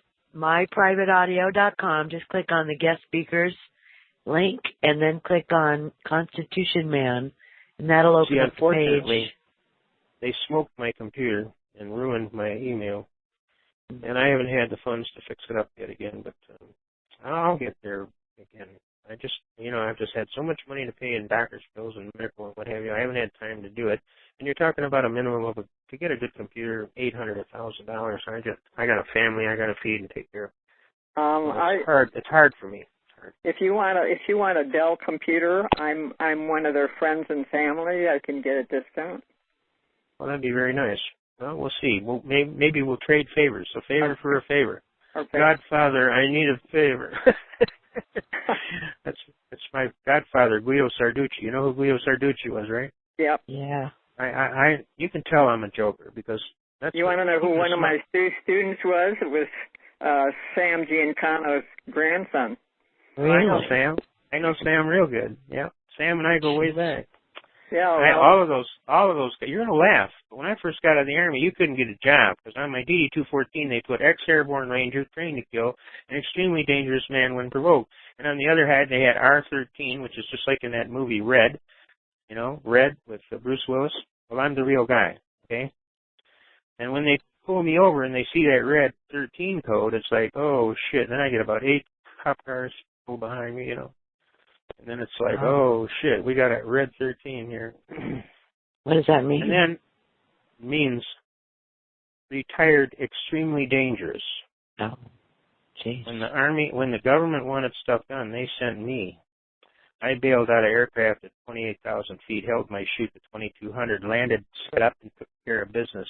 And we were taking out silver dollars at 1,000 yards. Wow. I think about some of the things that we got involved with. You just laugh your ass off. I can't talk about top secret. They would get upset with me if I started writing that book. All right, let's continue on with Nancy's situation. Or is that it? Well, Nancy, you're going to have to get a number together for Angela. Well, and she's got one there. Have you got it, or do you want me to email you? Email me. You can email her, and then she'll get it to me, and that's done for your protection more than mine, because I'm rather a notorious fellow, and I don't want you picking up the heat from me. Okay, well. And they might just want me to watch you suffer, and I don't want to play that stupid game. Listen, I've been evacuated for forest fire from the national park. I've been evacuated for flood. Well, you're a tough lady. And I'm 84, so. Highly motivated, highly trained. Sir, yes, sir. I can run to the sun. Mess with me. I am infantry. Right. Okay, thank you. I will look All right. to talking Anything to you. I can do, I'll do my best. Just understand that I'm in a lot of medical problems right now, and I'm in and out of hospitals a lot. So if I don't get right back to you instantly, it's probably because an idiot doctor's got me down there in a bed. Oh, dear. They're actually threatening the last time to call the sheriff to charge me with endangering my body. Well, I'll send you a healing code. Yeah, I need a healing code. I need something, man. These legs are killing me, man. I've been shot up kind of bad. I'm still on my original legs, and see, they wanted to cut them off 4 times. I've been right to the door where they were going to cut them off. I said, Doc, I don't want to lose these legs. What good's a paratrooper with no legs? Come on. You can't jump anymore. I can do any damn thing, sir. I can run to the sun. All righty, then, Nancy, email me your phone number, and I'll get you in touch with Carl. You'll get me in touch, and then we're going to take this step by step. Slowly she turned. In the meantime, I want you to get on that file, pick out those 2 Pastor Garth letters to start you out, and then we'll get you into the other things, the Title 31-742 on the property tax. And then we'll get you into any of the others. But I want you to understand, this is a rather considerate topic. Each one of these issues is a rather considerable topic. So you're going to have to be calm and take your time. I'll split it with you. Whatever. I'm not worried about splitting it. I'm a multi-billionaire already. I just... The problem is, I'm having trouble cashing at the bank. That's the problem. I went into this bank, you'd laugh, in this little town in Indiana, and she says, well, how much would you like to deposit, sir? I said, about $42 million. And her jaw was on the And she says, $42 million? I said, well, they'll come rough around there someplace in dollars. And she goes, I got to talk to the president and the manager. I'll be right back. So much for laughter. Yeah. All right, let's move along. Okay, Nancy, I'll wait for your email. Okay. Next in line is Gigi Boss. You've been unmuted. Hello. Hey, good evening. Good evening. There you go. Hi. Good evening. How are you this fine day? I'm great. Thank you for being here. I just happened to come on tonight, and I'm glad I did. You better talk up a lot louder than that. We can barely hear you. Okay. Hold on. Let me take it off speaker. Yeah. Can you hear me now? Yep. Okay. Since you mentioned that about an indictment, Constitution man, I'm dealing with the situation with my brother who's in jail. He's in the county jail here, and in North Carolina, and he has a public defender who has been pretty inept in helping him out, and one of those that do not return calls, and fire. Yeah, that's the next step. But before I get there, I have an issue that came up yesterday. I'm the power of attorney of my brother, have been for a while. And, my brother wanted to have him file the public defender file a motion to quash and some other things because the indictment against him, he's in there on a warrantless arrest. The bill of indictment is not a true bill of indictment because it's not even signed by anyone. What's the charge? Under oath. Do you mind if I ask you what's the charge? What is it? They're saying it's breaking and or entering, and then they're saying larceny after breaking and or entering. Did they actually physically catch him? No, and the indictment and the police report. How do they know he's the one? Do they have a witness? Well, they have a witness who said he saw him go behind the house, but of course he didn't say anything about seeing him go in. Well, that's circumstantial. That's circumstantial. He had an occasion to be in the general area at the time of the break-in, okay? So that's circumstantial. They have to still prove emphatically that he did the deed. If they don't have any evidence that he did the deed, then eventually they'll have to dismiss it. But they're going to sit and try and hold him in jail as long as they can. Exactly. And drag that's the trial out. Right. And actually, the house was burnt down. And then they're going to hope that he decides to talk. Right. Right. And then they'll plea him down to a lesser charge if he'll talk. Mm-hmm. See, that's how they work this stuff. You really do need a good attorney. You're going to have to get a good attorney, somebody who will do the job. Because this public defender, he's nothing but a lackey. He's not going to do the job. Okay, but that's just an excuse for them to say he had an attorney, he had the advice of counsel, when in fact he had ineffective counsel. Right. Okay, well, the issue that Or they're holding out information on you that evidence that they really have the right guy. No, that would be a violation. That would be a violation of 18 U.S. Code, Section 3200, otherwise known as the Jenks material. If they're holding back evidence, and then later they try and bring it to court, well, hey, and that evidence would have cleared your guy, that would be a serious problem. That would be called U.S. versus Jenks, and they'd have to dismiss everything, and he could claim damages for a god-awful $100 million on false arrest, false imprisonment, and false charges, and slander, libel, and defamation, and a whole bunch of other things, okay? But you've got to have a good attorney, seriously, that's going to go battle this stuff. If you don't have a good attorney, he's just marking time until your boy has slipped into the jail. That's not a good program at all. Okay, well, I got a letter yesterday from the state bar, and because I'm the power of attorney, I filed an affidavit in my brother's case on his behalf.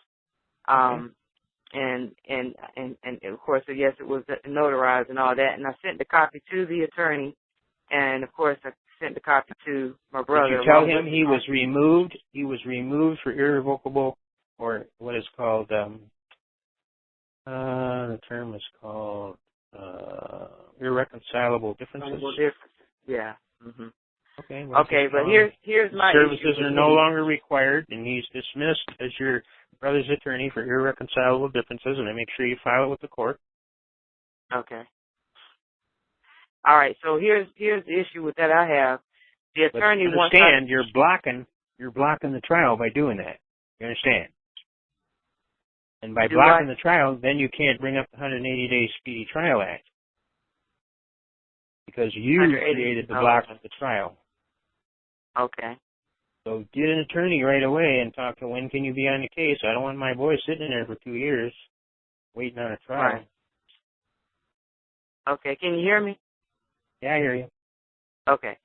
So when I did that, the attorney, I guess, I'm assuming the attorney went to the bar and reported that on me.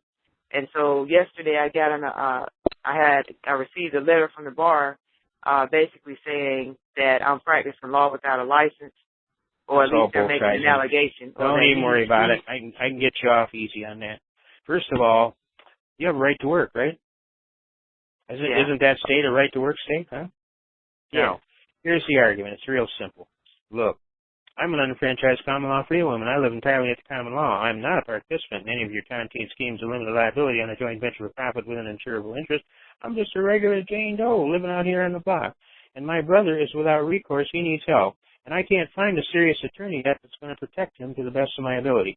So if I do a few things to help him and get another attorney and what have you, I don't see how that could be wrong. I'm helping my family member, okay?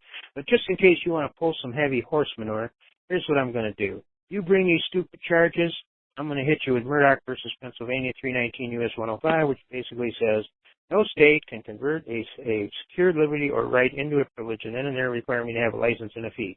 Now, second, what is that guy? It's Shuttlesworth versus Birmingham, Alabama 373 U.S. 262 says, if you require me to have a license and a fee for the exercise of my right, I have a right to ignore that damn thing, and you can't punish me. It says that right. I don't think anybody heard a word you said. It was so fast.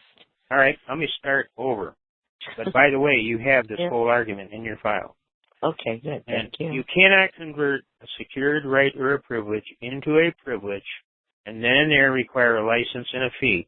Now, what right am I talking about here? How about the right to work? The right to work in the case called Bailey versus Alabama, 219 U.S. 219, says, my right to work is my property owned outright in fee simple absolute by me before the period under consideration even commenced. It was mine.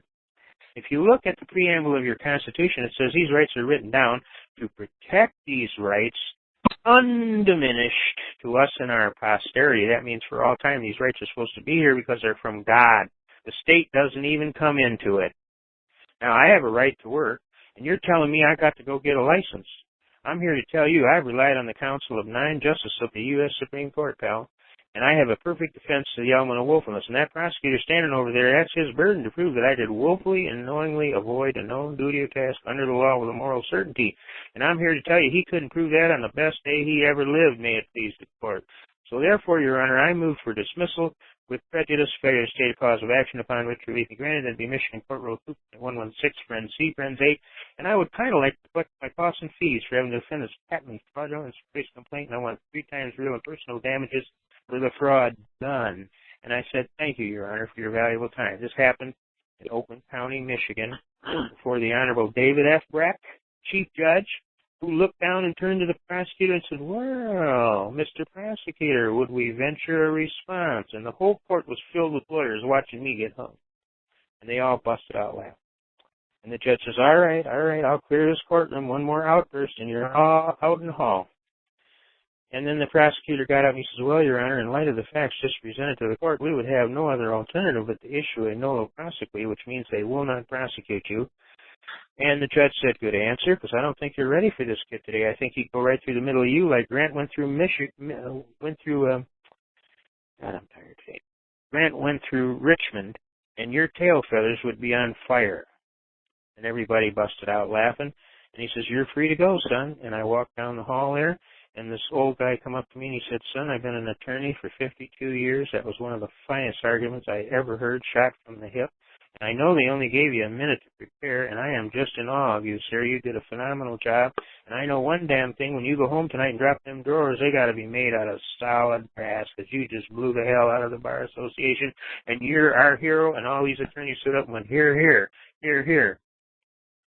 Now, you can do the same thing. So if they bust you for practicing law without a license, you're just going to get a hold of me, and I'm just going to show you how to do it. And they're just going to get fried. Got it? Yeah, I think so. No, you're going to get it. That whole argument is on Angela's board. Okay, now that for and me, that applies to every single constitutional right you have, including your right to keep and bear arms. I've used it for that. Okay? So you can use it for the right to keep and bear arms. You can use it for the right to practice law. You can use it for anything where they're trying to convert your right into a privilege and require a license and a fee.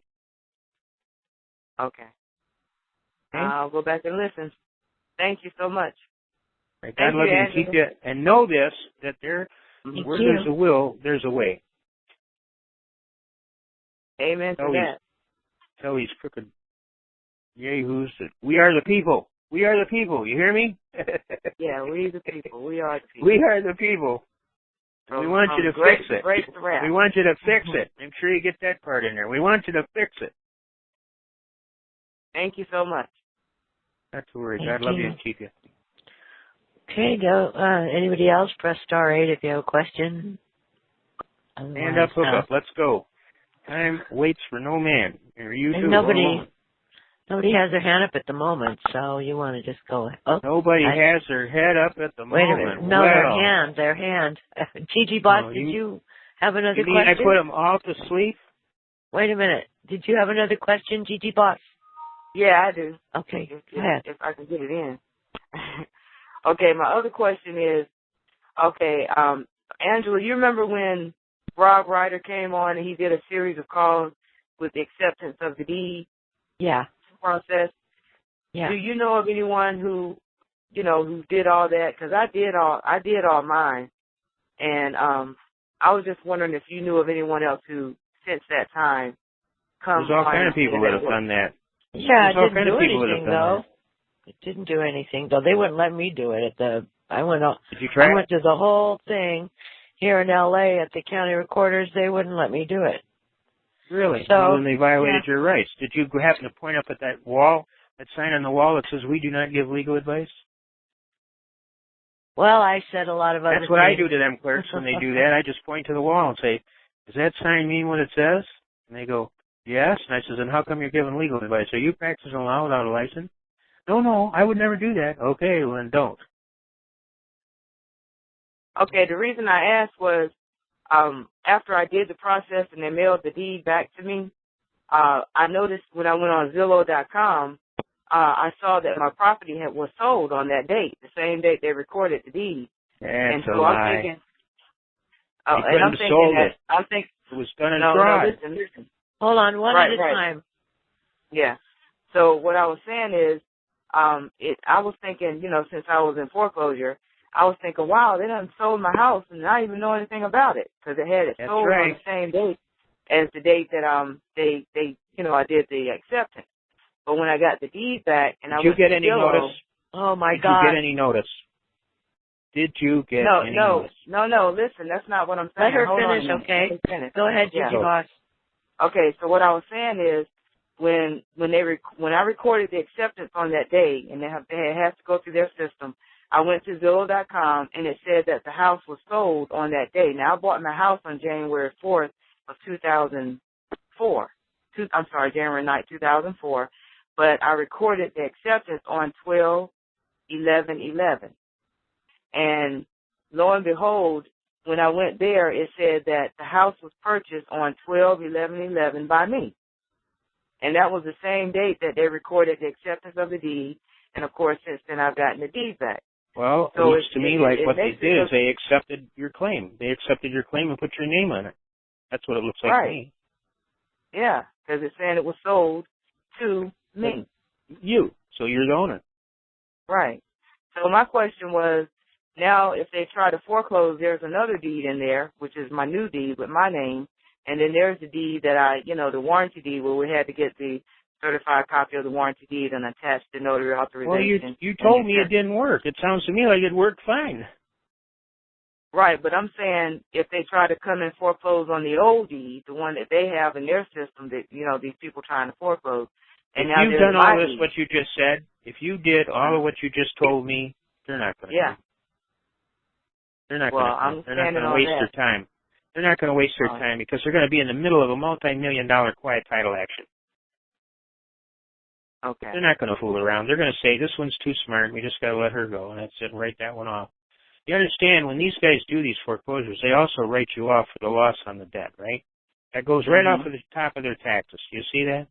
They also have sold your house at least 8 to 12 times, securitized it. Sure. I mean, they didn't lose no money on this. Do you understand? But then they're going to go to the IRS and claim that they did lose money on it. Do you understand? Right. Mm-hmm. I mean, they're not going to, if they see you are smart enough to be able to pull this off, they're just going to let it ride. The problem you're going to have is, though, when you come to sell it. When you come to sell it, you're going to have conflicting claims. Right. And you'll have what is called encumbrances on the title. And then you'll have to quiet title the action and figure out who's got the real deed. But if you don't ever plan on selling it, you're done. So when the sheriff comes out and say, "Oh, we're issuing foreclosure papers," well, fine. Then you just take that deed. You just take that deed and put it right on the glass. Just say, "Well, read it and weep, buddy. I got 4 aces, jokers are wild, and I'm holding all of them horses.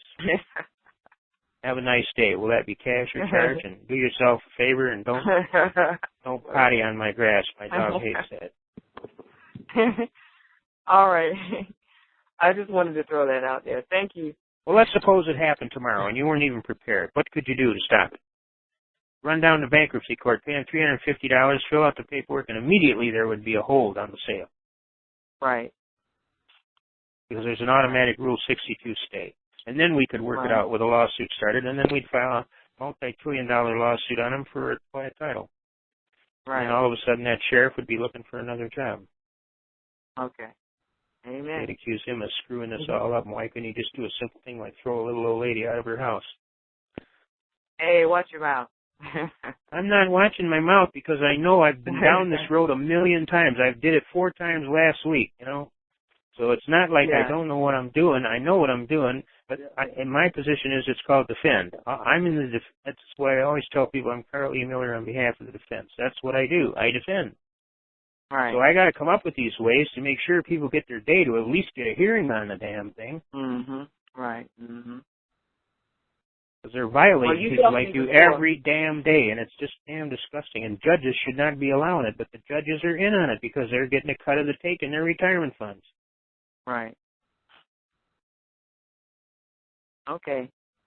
Well, Angela, thank you for the forum, and thank you. One thing I did forget to tell you, guys, I sued 3 judges about a week ago. And then they came back and wanted to get relief from judgment because they're a judge and they have judicial immunity. And I laughed at them, and they didn't even bother to have the courtesy to answer the pleading. So they went into default, you understand? So the first thing I did is I defaulted them for failure to answer or plead. And in Michigan, that's Michigan Court Rule 2.111E1, which says failure to answer or otherwise plead is an admission of facts and evidence that what I claimed was true, and therefore I was due a judgment. And that since they didn't answer within the 21 days as required by law, pursuant to Michigan Court Rule 108B, that I could have a right to go to a default under 2.603A, B, C, and D, and that they didn't even make an attempt to cure the default because they're a bunch of arrogant judges that think, you can't touch me, I have immunity. And so then they came back and said, well, we're judges, you can't sue us. I said, I can do any damn thing. I'm highly motivated and highly trained, sir, and you don't have any judicial immunity. Because Owens versus City of Independence and Maine versus Thibodeau back in 1982 said, you're deemed to be an expert on the law, Judge. You're to advise us of the law. You can hardly claim that you acted in good faith for willful deprivation of basic constitutional rights. You certainly can't plead ignorance of the law because you'd look like a fool. Therefore, judicial immunity is denied. You have no immunity, sir. And you had to answer these pleadings just like any other person that served in court. And because you didn't, out of your arrogance, you're in default, Judge, and I'm defaulting your ass, and I'll be seizing and filing liens against everything you own here shortly.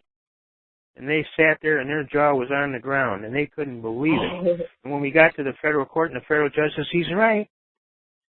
Wow. Nothing you can do. So don't tell me I can't sue judges, because I do it all the time. I'm sure. Also look up a case called Hafer versus Malo, 502 U.S. 28, which very clearly says, if any officer violates your constitutional rights, you can sue them individually in their own capacity because they clearly cannot hide behind their official capacity to do illegal acts, and it's illegal to violate somebody's constitutional rights.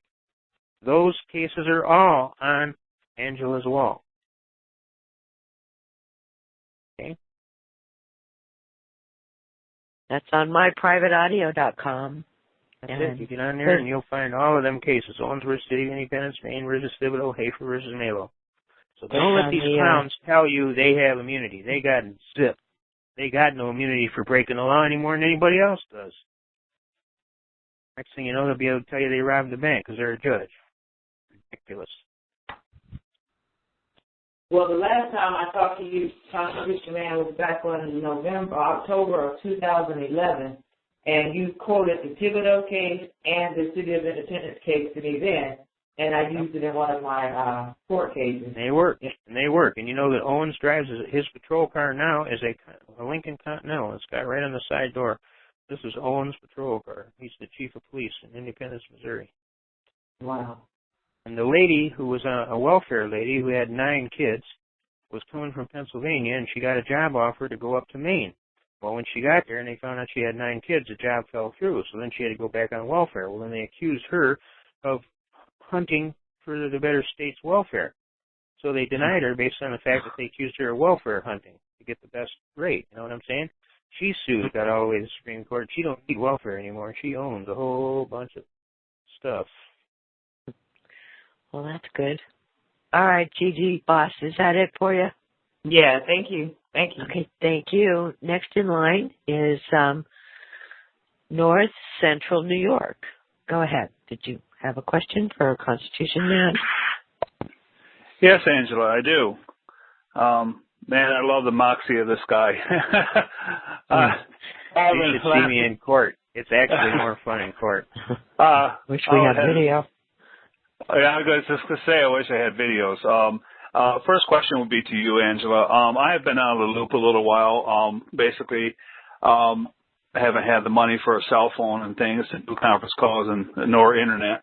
I happened to find this cell phone laying in the middle of the field, and was able to get a short-term job here to get some money to get it turned on. Chris Summers, do you have an email address for Chris Summers? I've been involved for a long time. I've been hooked up with like Mike Grady way back when you interviewed Mike Grady, and oh yeah, that's a long time ago. Yeah, and I've just been out of contact with Chris, so I'd like to get his email address is one thing.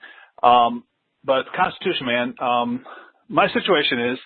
I went to work for a man, and on the W-2, I signed it, all rights reserved, without prejudice, without recourse, inability to perform otherwise, being that the only thing we get, or basically can get in remuneration for our sweat equity would be Federal Reserve notes. I finally had enough of this guy, one of the most anal guys in Syracuse area to work for. So I decided to take him to task and go, well, he didn't, and I thought to put exempt on it. And so there's never any taxes taken out, but the taxes of FICA and Social Security, which I did tell him he shouldn't be taking it out. But not to argue with the guy so I can have a job. What do you think a W-4 is?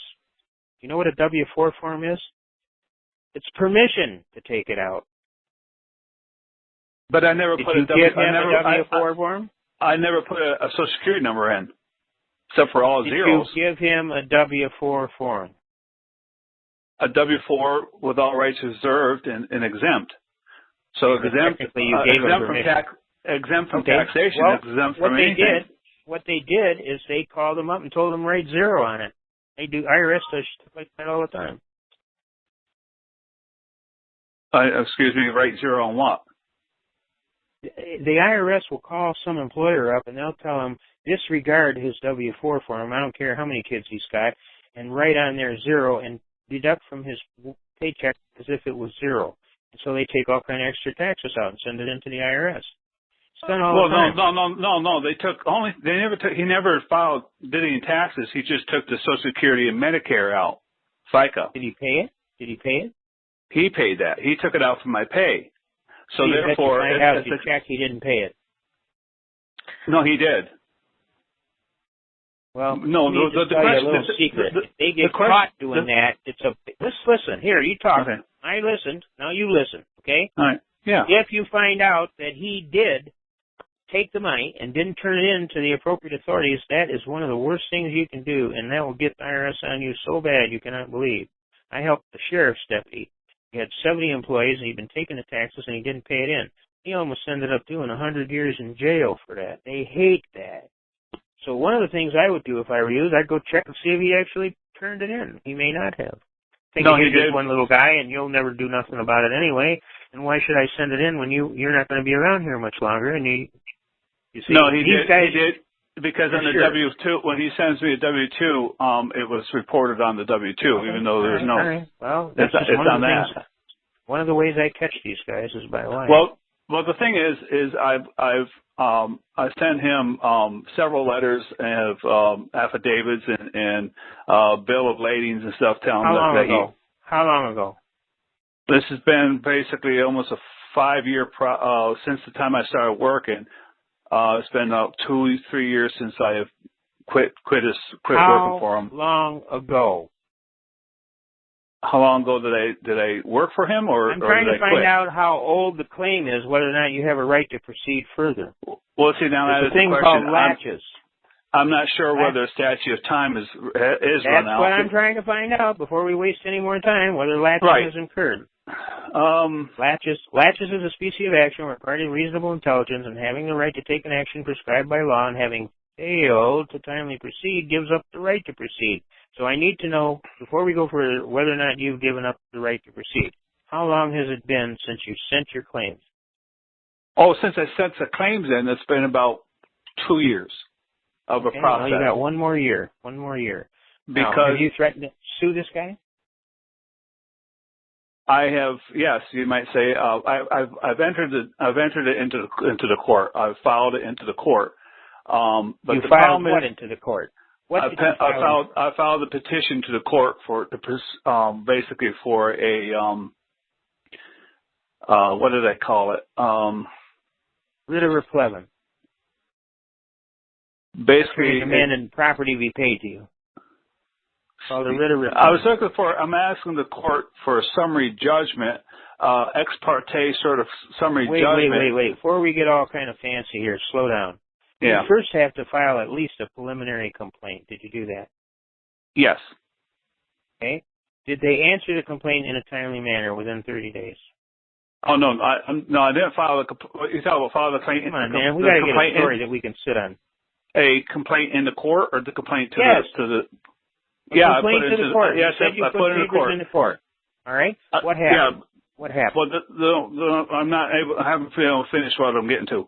The thing is, I filed as a poor person, in former paupers, in order not to have to pay the fees.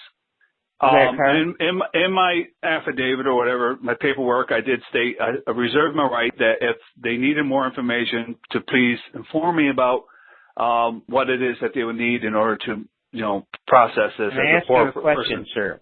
Do you have a car? Do you own a car? No, I don't. You own a house? No, I don't. Okay. Do you have any bank accounts? No, I don't. Okay.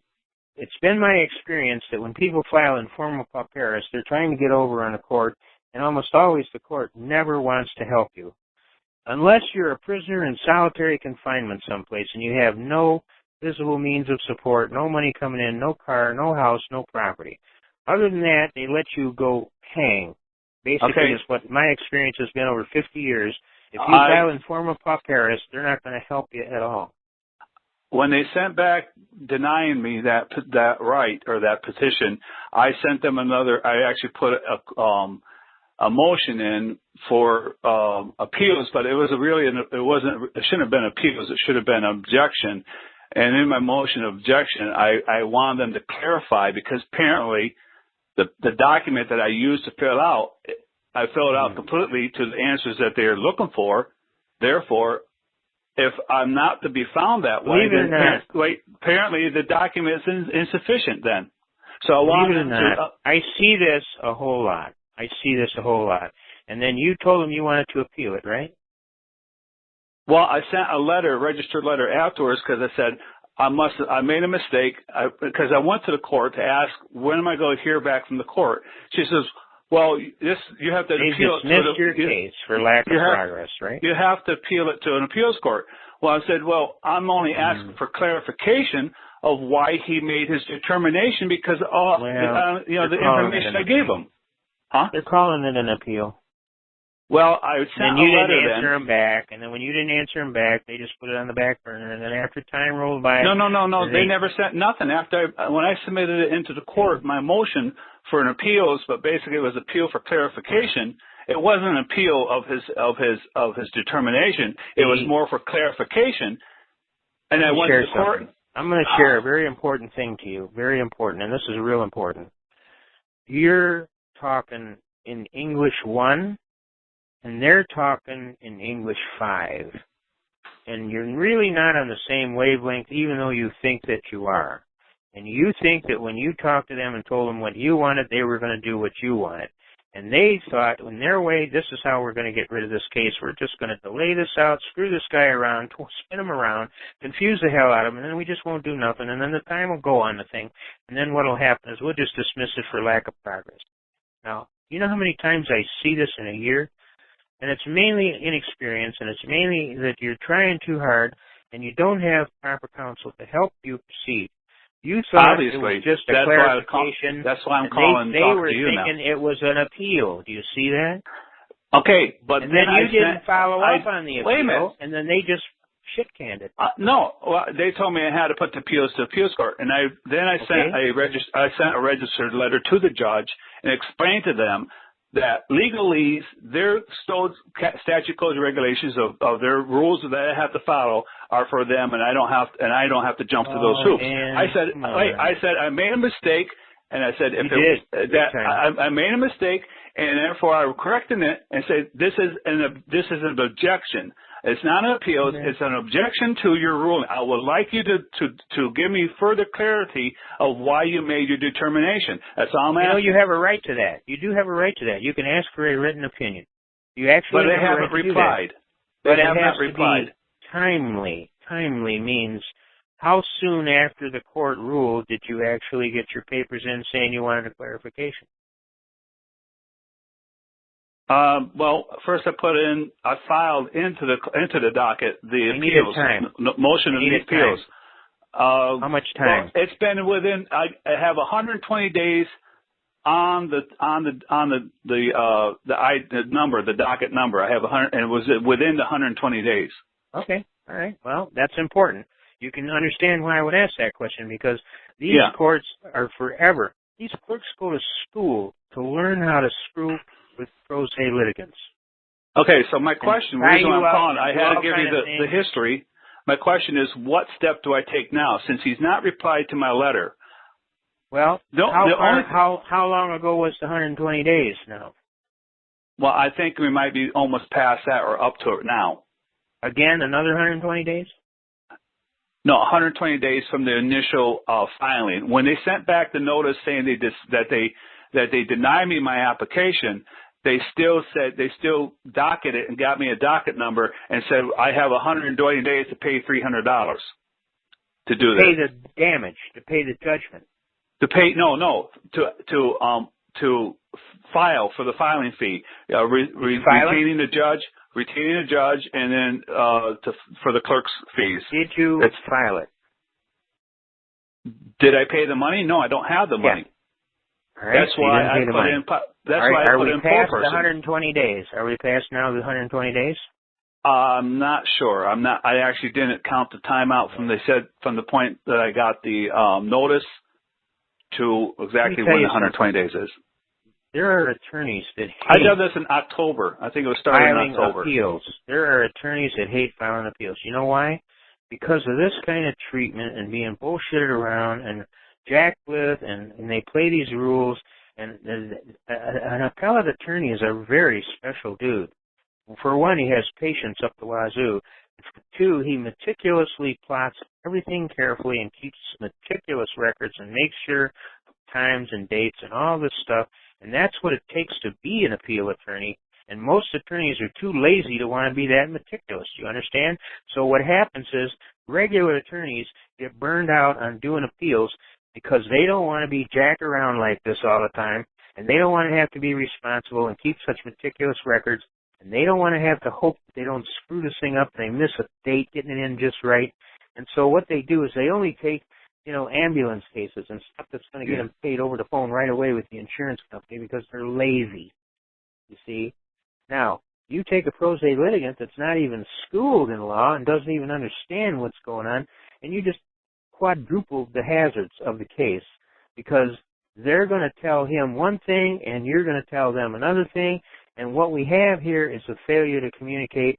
You're not communicating to them, and they're definitely not communicating with you, and they enjoy the hell out of that because it makes you get crazy and go away. And so that's what they want. They just want to take your $300 and then drive you nuts and hope that you'll just go away, okay? Well, that's why I haven't given $300. Well, if you don't stay on top of the case, your chances of getting any kind of a serious result is not good. I'm just telling you that as a friend because I can tell you've been through the mill with these guys, and I can also tell they're deliberately waltzing you around the deck, and I can also tell that the court rules are deliberately made at the appellate level a whole bunch more severe just to put you in the spine that you're in right now. And, you know, I have issue with the whole appellate system all the way to the Supreme Court for that. Well, I mean, in the Supreme Court, you have to have a certain color paper. You have to have a certain color ink. It has to be published in a book form. It has to be, you know, you're going to spend $1,000 just to get your briefs in. The thing is, I'm not appealing it. All I was asking was for clarification of his order. What did they do with the order? They called it an appeal, right? Yeah, but then, like I said, then I sent a letter addressed to the judge, a certified letter addressed to him, you know, he didn't get specifically. He didn't get it. The clerk got it. He doesn't get none of that stuff. They isolate the judge. He doesn't get nothing personal mail, period. You know why that is? Because people write him letters and threaten him. People put white baking soda powder and all kind of stupid stuff in packages. They go get a rat trap and they kill a rat and paint it red, white, and blue, and they mail it to the judge. The judge doesn't get any mail. Then that I can write up a dishonor notice and enter that a dishonor notice and enter that into the docket that I have. You're talking UCC. You know that these judges don't understand UCC worth of shit. Well, I did on the letter. I did ask him for his undertaking, and I would assume because I didn't, and I told him to have a certain time to respond back. I gave him some time to respond. I would like to have a letter back. Did he respond? No. Therefore, he's at fault. And I asked him for a true and correct certified copy of his undertaking. So now I can assume he does not have an undertaking in order to and file that within the docket and say now you're instructing me. You're arguing UCC law in commerce and admiralty. Do you know how much these guys study about admiralty law? I have no idea. Most of these guys don't follow UCC at all. And when you go in there and you quote all this stuff, I'm going to tell you right now, you lost that guy at the first turn. Even just telling him you're going to dishonor him, you understand? He's used I haven't done that yet, but I'm saying that this is what I thought I should do. All right. Well, I won't disagree with you. You should do something that says you're objective. At least say that, okay? And that you actually want a written opinion in regards to this matter, so you can see his thought process and how he came to his judgment. Okay, now at some point in time, you need to get an appeal in for sure, and you need to pay for it because they're not going to honor your informal paris. They're not going to do it. I've never seen them do it yet, unless the guy was a prisoner in jail in solitary confinement or something like that, where he had no way of coming up with money. He had no livelihood. He had nothing. He's living off the damn prison fees, you know. My question is, since I did send him a letter, a certified letter, should I now enter this through the clerk, to the clerk? Well, you're breaking up real bad. All right. I said, since I did send him a letter, I can send him a copy of the letter and the certified notice, and enter that through the docket number, and enter that within the clerks, the court of clerks process. Then, not to give him that notice. So they enter it through that docket number I have now, through some sort of writ of some sort.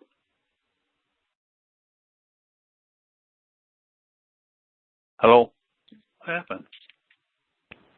I don't know. Where'd he go? Are you still there, Constitution Man? Oh, I thought maybe I died off. Oh, let's see. Hold on a second. Let me scroll down. We lost him. Meantime, you should give me. Oh, jeez. His cell phone. My cell phone's plugged into the battery right now, just to make sure I don't die out. Chris Summers' email address. I'm not going to give it to you over here. If you email me, I'll send it to you in an email. Okay, he would probably kill me if I put it out over this. Well, I knew it used to be Law Learners. It still is. Well, I just sent him an email, but it was Law. Is it Law Learners? Is it No, I think I was doing Learn Law. Let Okay. me check. Hold on one second. See here.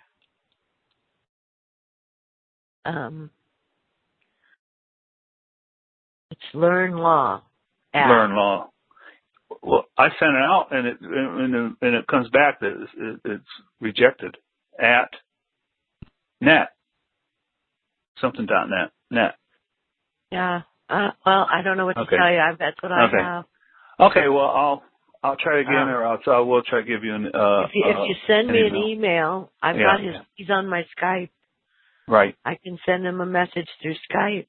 Okay. I tried that earlier, and he's not answering. I'm actually the guy that hooked him up with Swift Arrow, and even Mike Grady too. Okay. Like that, I don't know who that is, but. Swift Arrow. Anyway. The United Nations of Turtle Island. Okay. All right. Well, I guess since Constitution Man is gone, I guess I'll get off then. Oh my gosh. Okay, I don't know what happened. I guess maybe his. It's he's gone. So I'm. Oh wait, I think he just got back. Did you get back on? Is that you, Constitution Man? I'm sorry, I didn't mean to swear. I can't help that guy. I'm going to admit, I just cannot help that guy. He has serious communication problems. I can't help. I'm sorry. I'm sorry. How did we lose you there? Are you? I don't know. They're playing with my phones all the time now. They know that I'm doing heavy duty good work, and you can just imagine if I was to be on a talk show every night. I mean, I would just slay them. You understand? If I was started to do seminars, I could do 2-day seminars. And I'm telling you, when the people left, I had one lawyer from Villanova University come up to me after my Atlanta seminar, and he says, I learned more from you in the last 2 days than I did my entire 4 years at law school at Villanova. So, I mean, I know I can be effective. I know I can help a lot of people. But do you understand about tangential communications? It's where people talk parallel next to each other, just a hair off of phase. And when you do that in music, you end up with a very major ear problem, because when you listen, you're into a minor key, you've disrupted, you're breaking glasses on the table of the restaurant, you're not, I'm speaking English, I might as well be speaking German or Chinese or something, or Vietnamese. You see, we're never going to communicate. It's never going to happen. One, he won't listen. 2, he will talk over you the entire time. 3, when you do give suggestions, you've got to overcome him. 4, he's talking on one line of language and you're talking on another line of language. It's an impossibility. It can't be done. First of all, he sat on it too long. Second of all, he exhausted his administrative remedies when he didn't immediately respond and take care of it. You can't let all kind of time run, because these guys are going to use it to kick you out. They'll just say, hey, latches incurred, buddy. Sorry. Maybe next time. Better luck next time. Meanwhile, they keep your $300 and they leave you sitting there crying in your beer about how the courts just don't work. Well, they don't work when you sit on your hands. It doesn't happen. And they don't work when you don't talk English, you see. And he's into all of this UCC stuff. These judges don't know this stuff. They don't. You know, I can tell just by listening to him, he's into all of this. Well, I'll hold him in dishonor, you see. This is all this UCC crap that's been handed out. I know the very best guy in the world on UCC. His name is Ralph Daigle. And he'll tell you that when you argue existential like that, they're not going to listen. You might as well be speaking Chinese, you see. You want to take a few more questions? Let's do it. Stand up, hook up. I'm striking like lightning and sounding like thunder. When these people get a hair at my tail, boy, they need to understand. You done messed up, Jack. The last 50 years are absolutely unbelievable. You ain't going to believe the next 50. Okay, Panhandle, Texas, did you have a question? You've been unmuted. Oh, thank you, Angela. I appreciate it. I'll try to be real quick with it. I have a question for Constitutional Man. I was wondering about, just real quick, I was let go from my job about an hour ago, and, we work 12 hours a day, 4 days on, 3 days off, and I work for a pipe maker, pipe producer. And basically, I'm just going to give it to you. I've never been late. I've never missed a single day. And I've never really even had a complaint other than the machine that I've worked on. And real quick, I finished my shift. How long have you been employed there? A good 3.5 weeks. 3 weeks. Okay, well, you understand that people try out and they give you 90 days probation just to test you to see how you're going to do. Yeah, I heard that, but I mean, at the same time, I was wondering because, you know, there was no. You never got called in the office. You never got any kind of reprimands or anything. Okay. Never. Other than, you know, we have a particular machine and there's like 5 or 6 parts on it. I'm so new that necessarily I wouldn't know, you know, all the different sections of it. I've had a couple of good supervisors come up and talk to me and kind of show me around. But, of course, you know, and I wasn't even on it the whole 3 weeks. I was on another machine that I worked just fine and had never had a complaint. As a matter of fact, I had compliments. And then the last week and a half, I've been on this machine. But to make it real short, I really wanted to find out, you know, we work 12 hours a day. Did they even give you a hearing? Did they even give you a little exit interview? No, nothing. Tell you what the problem was, or if there was a problem, or no? He said, well, basically, he said that the boss that came to me just then, and there's like several of them. He said, well, I understand that you have an attitude problem or something, and I was like, whoa, you understand? Somebody made a complaint? Yeah, that's what I asked him. I said, well, is there a complaint or anything? And he says, well, no, he didn't really want to give me any name or anything. And that's standard. I'm sorry. Yeah, right. That is standard. Okay, that's right. So at some point, I've just figured I would have to be noticed of a problem. I mean, this guy just walked up. Yeah, you would have to be some reprimand or somebody pull you aside and say, look, man, you're doing this all wrong. You got to straighten up or I'm going to have to let you go. You know, at least some warning, okay? Absolutely, or put me in another spot or something like that. I don't really, but the point is that, you know, we just... Is this a union shop? A union shop? No, I don't think it's no union at all. Absolutely not. And to be honest, I mean, we work 12 hours. How many employees would you say they have, roughly? They've got 4 shifts. 4 shifts. Oh, boy. 4 shifts, meaning they rotate. We do 4 days on, 3 days off. Okay, so then you'll have another. So they got quite a bit of work there, then, what you're saying. Yes, absolutely. And did it look like they were getting slowed down at all, or business was kind of slowing down? Well, they're a pretty big pipe producer, if you want my opinion. They're a pretty big pipe producer, and basically they have a lot of, you know, product going out the door. So it didn't look like business was slowing down or nothing? Nothing at all, nothing like that. And nothing that seemed noticeable to you? I'm sorry? Nothing that seemed noticeable. You know, like sometimes when the business slows down, they get rid of some people because they got to let some of the shift go because they don't have the work to support them. I can tell you now that wasn't the case. Basically, you know, and I ain't been there longer than, I don't know how long John was in the Army, but I was there 3.5 weeks. Well, I just completed my 3rd week, so I was looking for overtime this weekend and so forth, which I've been getting every week. So my point. Okay.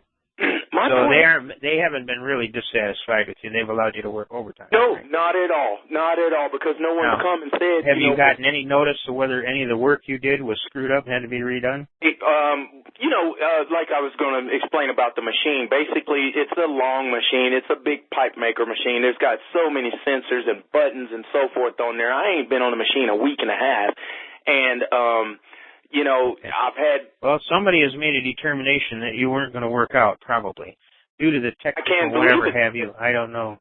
I can't believe it. I mean, I've come through the snow. I mean, it's absolutely ice on the ground right now. And, you know, I never was late. Texas I've got ice on the ground, huh? That's right. I'm serious.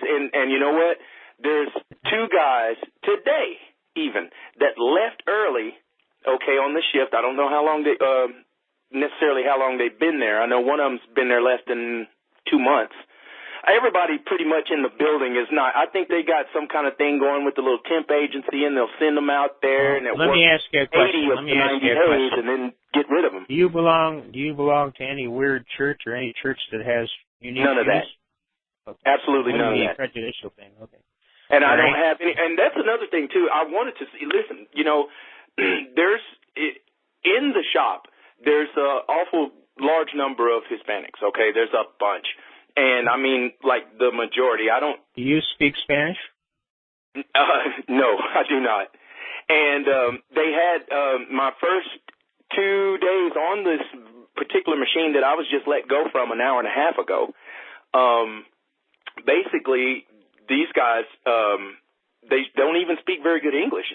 So to make a long story short, I've been, when you ask me, has anyone ever came and, either complained or made a statement to me about I'm trying to get your story and figure out reasoning and why, percentage-wise, what do I think they could have possibly, whether this was just a technical thing that they just didn't need an extra body because they didn't have to work. An attitude problem. Yeah, that's what he said. That's what he did finally say. He said he had an attitude problem. So obviously somebody made a complaint. I've never heard any of that prior to this. The boss came up to me and he didn't have no particular instance of, no example of nothing. I mean, I can't even remember having a situation with anybody. And you pull your full hours, right? Yes, absolutely. Ain't been late. Okay, never left. Well, it sounds like to me somehow you were discriminated against, and probably somebody did make a complaint. Listen, I'm going to tell you. Basically, it was about maybe, a good week ago that when I first got on that machine, they saw me working. As a matter of fact, since I've come through the door, everyone's been telling me, Eric, you're a hard worker, this, that, and the other, man, And when they call, listen, I'm the new guy, so it means I'm doing every job in the plant. They put me on a machine, but 5 minutes later, somebody's going to call me. I got to run across the plant.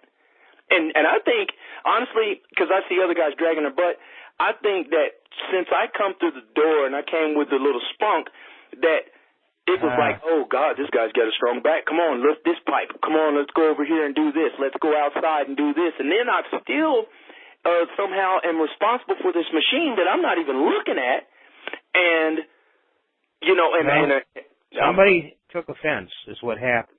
Somebody said you had a bad attitude, and they made absolutely just totally false claim is what I'm saying. I'm hot enough to get on Angela's show and ask someone, a professional or someone, who's got the know better, to say, well, listen, is there any recourse to this? Look, I've been working 3 weeks. Yeah, there is. Here's what you do. You immediately go down and file for unemployment. Okay? Wow. Now, there may be a ulterior story that comes up to unemployment. You understand? Where they put down more crap. And I actually had this happen last week. And they said this woman was stealing stuff. Oh, Lord. And this woman goes to church. She's practically the Madonna in her local church. She helps everybody. Everybody loves her. But what happened was she had a fall at the job on the ice, and she hurt her back, okay? And then she started going to the doctor. Well, then the company started worrying about her having back medical problems. So they figured a way, and they put in her baggage to go $18 plant. That's all it was for Christmas, an $18 plant. And then they said she stole it and took it out the store without paying for it. She didn't even know nothing about it, see? But that was the excuse they used to get rid of her, that she stole. She wouldn't steal nothing. This woman, like I say, she's like a Madonna. Everybody loves her. She's got friends everywhere. And so I got a hold of the guy, and I says, let me tell you something, pal. You have slandered, libeled, and defamed a very decent, kind woman. I said, and you made her look like a thief, and you put it down to unemployment, and now she's going to have a hell of a time overcoming that.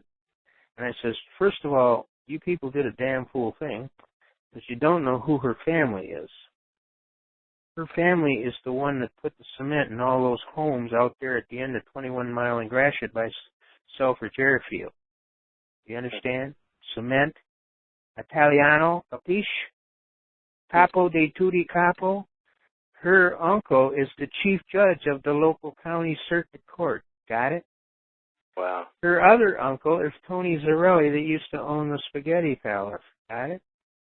So did her other uncle is Big Mike Cusimano of Cusimano Tuxedos. Got it? Her other uncle and family cousin is the ones that own Viviano's flower shop. Whenever the mafia has a funeral, they get the contract to bring all the flowers. Got it? I said, you people screwed up bad. People regard this woman as a saint, and they love her dearly, especially in her her church, okay? And you trashed her name, and you don't understand when the rest of the family figures out what you did. She's got brothers that are 6'8", 350-pounders. That are you telling them to threaten? I didn't threaten them. I was telling them that they messed up bad because when the rest of the family finds out about this, they're in deep doo-doo, and that's not even counting the lawsuits that I'm about to do against you for $300 billion. He said, $300 billion? I says, yeah. You people did a great evil, and you did this at Christmas time, and she's in tears, and she's got 3 little babies to take care of, you understand? So then you're hoping that when he goes to file for unemployment, they're going to come back with some kind of right? Yeah, that's right. And then they're not going to trash her name. Okay, but and then the guy said, "Well, maybe we need to check into this more thoroughly." I said, "Yeah, maybe you do.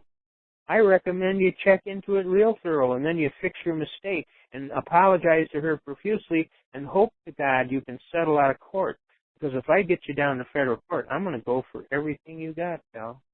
I think you just want your job back, right? Or what? She wants her name cleared. She wants all the crap they put on her name about stealing. Yeah, we're not talking about her, though. We're talking about this gentleman, right? Well, all right, but I'm just trying to share with you. Companies do stuff all the time is what I'm trying to share. Oh, yeah, we know that.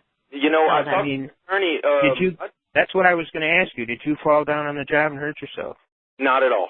No, I mean, I'm serious. I moved from 8 a.m. till 8 p.m. Every single day. You did a good job. Listen, every single day that I come to this job, I don't see anyone. I don't see how they could have fired you, truthfully, other than the fact that they had not enough work for you and they had to cut their staff. That's the only way I could see them cutting. And you were the low man. You were the low man on the seniority pool. Okay, that's the only logical reason I can give. Okay. Right, and if there was something wrong with my performance, as he attempted to pose to me at the time, but I began to ask questions. You know, I'm like, I'm budding into of attorney.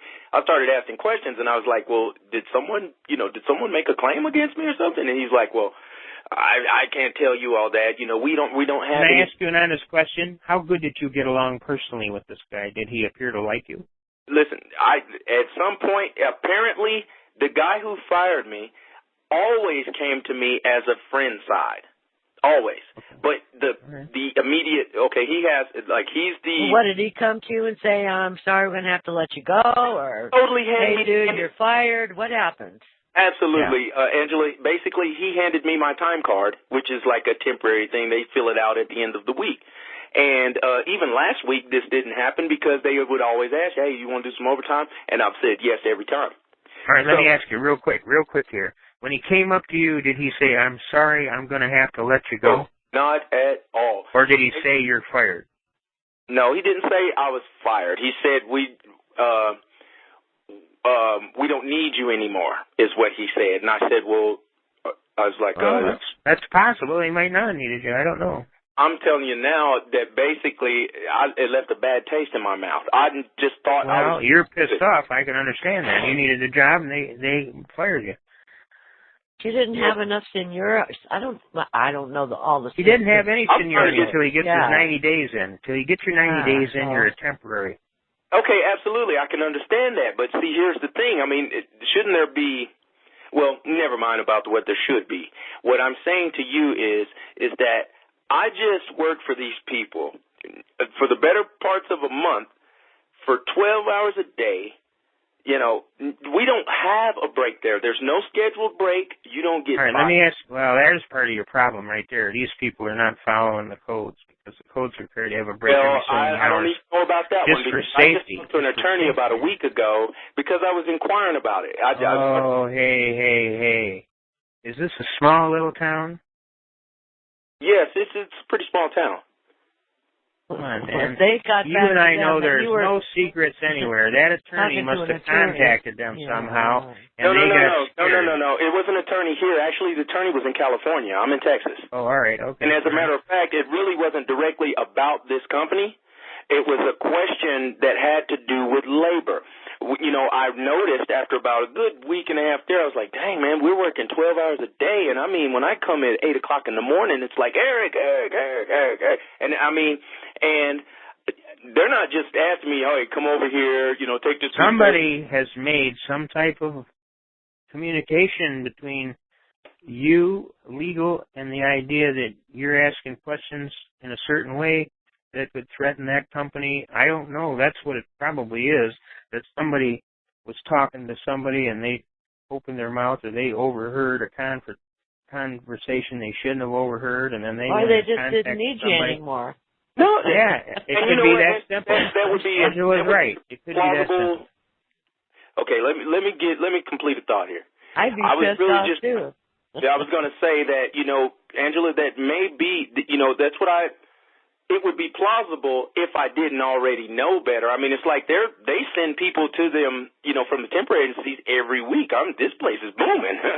And that's not the case. All right, after work, do they go drink at the bar? I don't know. I don't drink. I don't. Okay. All right. That's what I wanted to hear. I wanted to hear that you aren't going to the bar with them and have a drink. Okay. Man, I'm gonna tell you something. I'm about work. I come home and go to bed. I'm right now. I just got out of the shower and I'm sitting on the side of my bed listening to this show. Okay? Oh, maybe they thought you were stuck up because you wouldn't have a drink with them. I don't know. You said it was a small town, so they're unique to the small town. There are some small towns you never get close to those people because you didn't grow up there. I understand. They just hold that against you, Well, this could be, we are speculating here. It's not speculating is all we're doing. Okay. Well, I was just saying to you, and I really want to make sure. I was just trying to say that that's not the case. I really don't feel that that's the case. I mean, I've never befriended anyone over there. Well, did they ever look down upon you because you didn't go drinking with them? I don't know any of these people, whether they drink or not. I mean, no one's Well, believe it or not, some plants, they have a I standard where you go drinking with them after the bar, you ain't a bud, you see. And if you don't go and be party with them and be close to them, they don't regard you as in their family. And if they don't regard you as in their family, they can't trust you. I mean, there's all this. That's the problem in small towns. They're very quick. Go file like Carl said, go to unemployment and get on there. Right. See what they have to say. See what they put down. Before we conjure up. I wasn't. What they're going to say. Well, I'm just. I don't know what they're going to say. Neither do you. Well, and it's already 2:30. Hold on now. Let me complete my thought now. So fine. Okay. I was going to say that basically I am employed through a temporary agency, so maybe they may say that, well, the company. Did it ever occur to you that they got a job coming up, a big job, and they wanted you for that job, but you were stuck on this other job, and they couldn't get you loose of that job and give you the other job because they have problems with a list? Believe it or not, that goes on at General Motors. No, that's a long shot right there. A long shot to you. Any of the implications that has to do with this company, I've entertained them, but they're long shots. What I'm saying to you is that I'm the only black guy who walks in. Oh, hey. Yes. Is everybody else in the plant white? They're all Hispanic. I already told you. Oh, all right. You did tell me that. Yes, you did. Okay, well, then you shouldn't have a problem with race. That's not a problem. What? They'll hire a Hispanic. They should hire a black. That's not a problem. What? All right. Did they say anything to you at all why they let you go? That's what I'm saying. Basically, someone has made a mysterious claim, and they won't. How do you suppose we're going to find out what that claim is unless you go to unemployment and they actually are forced to put it down in writing? I'm not sure about that. I will investigate that. I appreciate that. All right. Do these guys seem like they're cheap? Hello? Yeah. Do these guys seem like they are cheap? In other words, they got the first penny they ever made in a shrine under their bed. To me, that apparently, and this is I would have never brought this out. You just brought this out of me. It seemed to me that, I was working hard. I showed up to work every day. You've already made that clear. Right, and the guys would come to me and, the ones who would come by the line and so forth. Has anybody ever come up to you and said you're making us look bad by being such a tiger and a go-getter? No, not at all. But at the same time, it seems like to me tonight that I've been punished or I'm being punished for something that I could not have had any control over. That's what I'm saying. What do I need to do? You're probably right. You're probably right. I'm sorry? I said you're probably right. It's something that created a problem in the plant. Some friction. Like maybe you were working too hard and you were making them Mexican or Hispanics look, like sloppy, lazy, what have you, and they were taking offense and making complaints to the boss. Get rid of that guy. And then that guy says, well, I've had these guys working for me all these years. I'm not going to let them go. So they let you go because you were the newest guy at the block. Okay, if that's the case, two guys left work early today. One guy claimed his tummy hurt, and the other guy said he hurt his finger. Okay, well, these guys have already, and it was told to me by these two, because one worked on line one, I work on line two. So we're fairly close. But my line is so long that even if we're not really close, I have to go way down on the end there, read all the meters and blah, blah, blah. Okay, so to make a long story short, this guy's already told me he hurt his shoulder on his first week. They let him, he went to the doctor and they excused that. Now he's come back and his stomach's hurt. Did it ever occur to you that you were hanging buds with this guy and they didn't like that guy and maybe they wanted to get rid of you before you turned into that guy for 90 days? Speculation. You know what? You're right. But he's trying to figure it out, and we're engaging him in a way to figure it out. But I tell you, your best way to find out for sure is to file your unemployment. They'll have it on the paperwork. That was the answer. One thing, but I was thinking more on the legal sense. I'm sorry. No, that's your answer right there. That's the best answer right now. That's the only one you're going to actually find out for sure, because then they'll put it in writing. I really haven't asked the question yet. I really have not asked the question yet. I mean, honestly. Have you been listening to what we've been trying to do for the last 20 minutes? I've been writing it down. Okay, so what's the question real quick? Right. Give me your written down question. No, I didn't write any question down. I only wrote the comments about unemployment and what, may possibly come up, what kind of claim they may have to make at. Do you want to know for sure what's going on? What's your question? My question. File unemployment. No, it wasn't about unemployment at all. My question was specifically, is there any recourse that I may take in order to, the man says that, No. We're not going off on a tangent now. We're not going to do this anymore. This dum-da-dum-da-dum-da-dum. I don't want to do this. To begin with is to go file for unemployment and see what their answer is. You may also take into consideration talking to someone in a legal setting, a paralegal perhaps, that deals with labor disputes and that sort of thing, and go from there. Let me ask you, did you get hurt on this job? Did you get hurt on this job at all? I'm sorry? Did you get hurt on this job? No, it's no injury, no claim, none of that type of stuff, nothing at all. I just was going home. I was going to stay home. I just cleaned up the Our recommendation is that you go to unemployment, fill out the papers. They'll have a right to answer the papers. If they want to bitch and they're cheap and they don't want to pay your unemployment, they're going to put down all kind of crap on your name. Then you're going to be able to see what their actual bitches are, and then we can take legal action from there. Okay? Yeah, they have to prove whatever they say. Okay, that'll be fine. What about the unemployment? Because, you were saying that basically I'm hired through a temporary agency, so, is it possible? You're what is called at will. You are what is called at will. They can fire you at will. Oh, yeah. That's what it means. When you go to those temporary agencies, all of them are at will, which means if I want to fire you, I don't even need an excuse. I just say, I want that one gone. Go get me another one. And it sounds like if you're working for a temporary agency, they're going to have another job for you lined up anytime. Right away, yeah. Plus, they know you're a worker, man. You go to work, so you're not going to be an embarrassment to them. So the next good job that comes up, you're bound to get it. Right, but see, that's the thing about it. I'm not doing anything just for a possibility. I can go and get another job. I got a couple trades. What I'm saying is that's playing with me, basically. I mean, Sir? Yeah. You want to know if let me just have a moment here. A moment, please. Just listen. You chose voluntarily of your own free will to go work for one of these temp job places. If you look at the application on that temp job place, it says right on the very top that this is an at-will employment situation, which means they can fire you at will and they don't even have to have a reason. And that's part of them using the temp program, so they can do that. Okay. Now, if you choose to keep working for a temporary place, then you open the door for yourself to be abused like this in future. So I would recommend, if you're going to do that, understand that you serve at will. That's why they call it up here in Michigan a job shop. And they don't have to have any reason to fire you.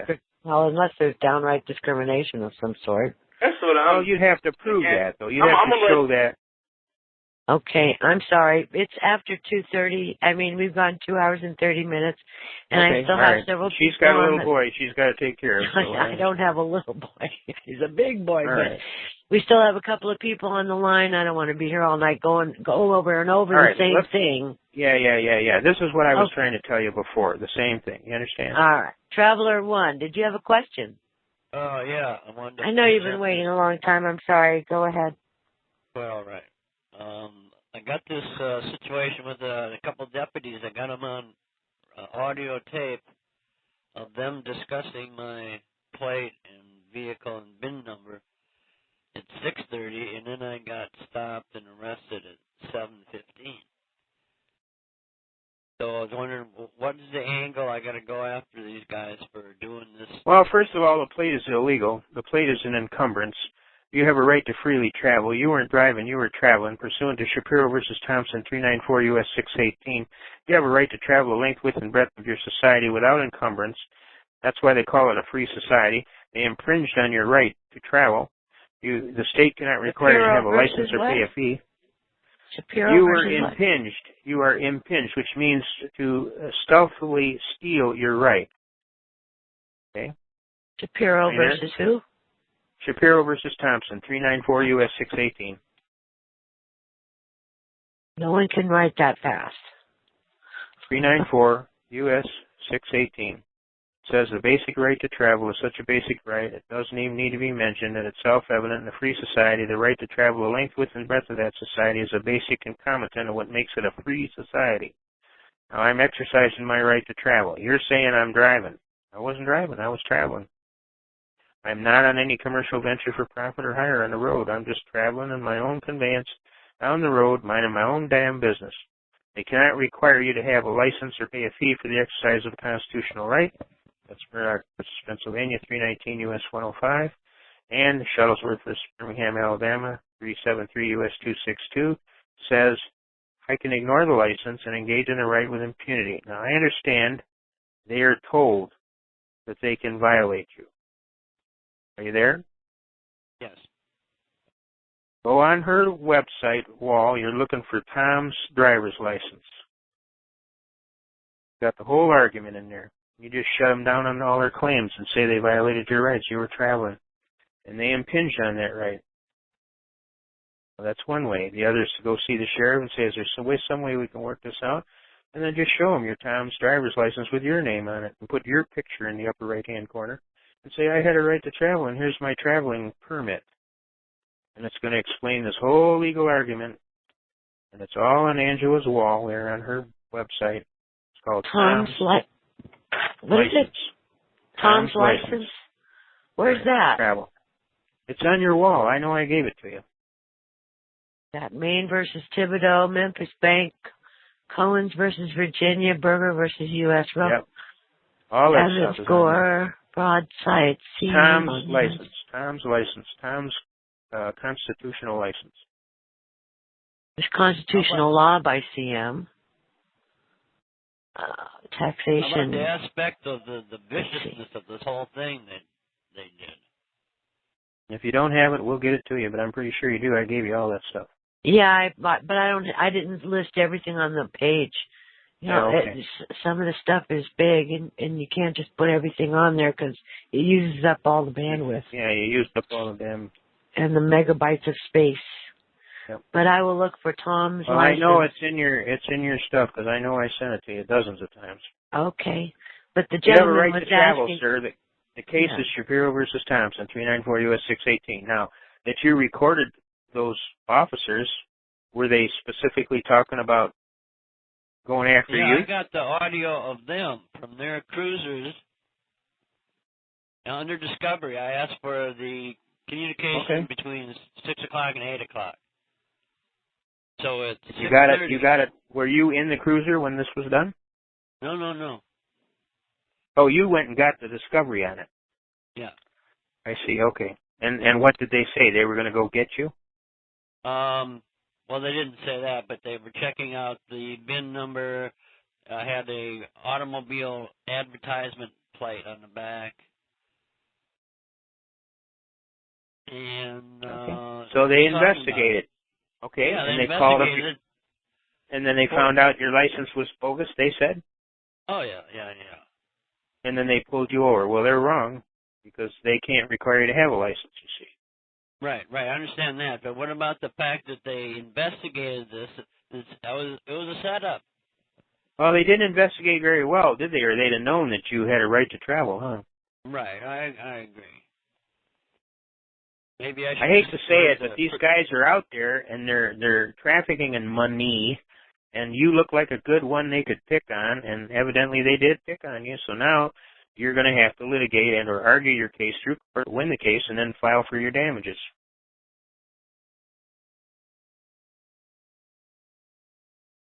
Okay. And we have ways of teaching you how to do that. We have briefs that you can copy. We have all kinds of stuff. We sent to Angela on her wall. If she didn't get it, leave a phone number with her. She'll get it to me, and I'll figure a way to get it to you. Yeah, I just put the links up to the two pages that have your stuff posted on them. So there's a couple of guys in there. One guy is one in 16 states, the right to travel. He's so good. He took my briefs and really ran with them. He's the guy that did the case down in Atlanta, Georgia, where the Atlanta and the Georgia legislature has agreed to shut down the requirement to have a driver's license in the state of Atlanta. Because this law. About that for a while. Well, I'm the guy who did it. That was me. All right. So the information you're going to be getting is on that type of level. This guy won in 16 states already. He won in Texas. He won in Georgia, Florida, Alabama, Kentucky, Illinois, Ohio, New York, Pennsylvania, Iowa, and I think Arizona was the last one he won. And he's won in Michigan, of course. He's won several in Michigan. And he has a program that he puts out and talks that stuff. It's called a television program and a radio program that's called Forbidden Knowledge. Go on the Google and look up Forbidden Knowledge. His name is Craig. He's a walking, talking genius. He was one of my best students. He learned so fast. Right. Hey, thanks a lot. All right, God love you. Just make sure we get some contact way, and I'll make sure you get the briefs, and then you can sit there and look and read it to your heart's content. When you realize you got them by the short hairs, all you got to do is file that brief in court. They'll dismiss the case, and you go file for your damages. Okay, Patriot 1. Go ahead. Did you have a question?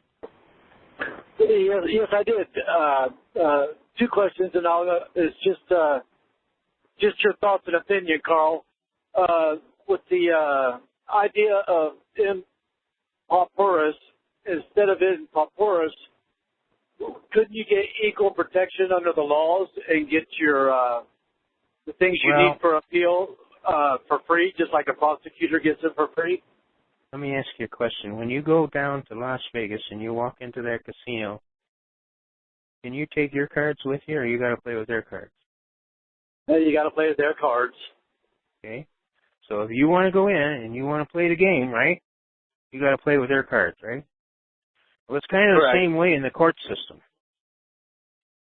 See, when you go in there and then you want to play with your cards, these two big guys come up alongside you and kind of rap you in the head and say, why don't you step outside with us for a minute? It's just the way it is. It's when you go to the courts, they're not going to let you claim informal pauperis when you drove to court in a Cadillac. You see what I'm saying? I have people all the time, they want to do this informal pauperis, make the court pay for all the bullshit they got to go through. Well, they look out the window and they see you park in a Cadillac, you're not going to file, or any car. If you own a car, you can't file informal pauperis. Well, that's why I asked, instead of them pauperis, why not equal protection under the law, where you're afforded the same privileges they have? If the prosecutor gets it for free. Actually, you have more privileges than they have. Under the 10th Amendment and under the police power statutes. The police powers, you look it up in Black's Law, it says the power of eminent domain of a state or political subdivision to enact laws for the common good and welfare and to curb crime. And then it says in big, bold letters, within constitutional limitations. And then it says, see the 10th Amendment. And then you see the 10th Amendment, and it says the powers given to the government by the 10th Amendment are their powers. Those not so given are your powers for your exclusive use only or on grant from you. Now, a new argument that's being developed among a lot of the gurus of law in this country are, you don't have my permission to do this. What? What are you talking about? I don't give you my permission to try this case. I don't give you my permission to persecute me in this ungodly manner. And they're actually at sentencing sitting up at their allocution statement saying, I don't agree with your sentence. I challenge it thoroughly, and you don't have my permission to do this. And they have to shut the sentencing down. I had a little gal do that just recently, and she beat the snot out of the court and had to let her go. I love that. See, first of all, I'm a female. Under state law in Michigan, because they had all these duels after the Civil War, and these guys are packing all these 44 caliber things that go bang. And see, if you mess with a gal, you almost certainly ended up in a duel. You know, step out in the street and stand and deliver. We teach you to dishonor my gal, you schmuck. You know what I'm saying? Well, to stop dueling, they passed a law. It's called, let's see, it's 1821, 600.1821, which says you cannot arrest a female for any civil action, period. They have the same rights as a senator that's sitting in Congress while they're in session. You can't arrest them. Got it? Are you there? Yeah. Answer up every now and then because these phones are so screwed up I don't even know if you're still there, okay? All right? Okay. Now, the bottom line here is you're breaking trail. You know what I mean by that? No, I do not. You're riding the point of the spear. What happens to the point of the spear? Almost always it gets bent, huh? See, yes. When you're doing the new pathway and the new top of the line, latest and greatest stuff, you're going to get your nose bent a little bit. Does that make sense to you? Yes, it does. So when you want to take this trail, you need to know you got to really be in there and fighting tooth and nail and be very passionate about what you're doing, or the chances are they're not even going to consider it. They're just going to look at you like you're a nutcase and then put you in the nut house for a psychiatric eval for 60 days. So that's one thing you got to consider. That's one thing you got to consider, okay? My way of thinking is if you have a bona fide case and you really want to do something with it, you need to be paying the fees and don't play this, game because they are broke. Most of the legal court system in this country is broke. I know that seems incredible, but they're broke. And they got to figure some way of paying for them lights on and being able to pay for those marble walls with a big eagle on it and all that other stuff and buy these judges these fine black robes and those nice cameras to beat on the table with, and you going in there trying to get off, not paying, it's a real stick in their craw. That makes a lot of sense. It does. And if you want to go that way and you want to walk into that casino, you're going to have to play with their deck of cards. That's just the way it is. And my second question was the idea of standing at arm's length.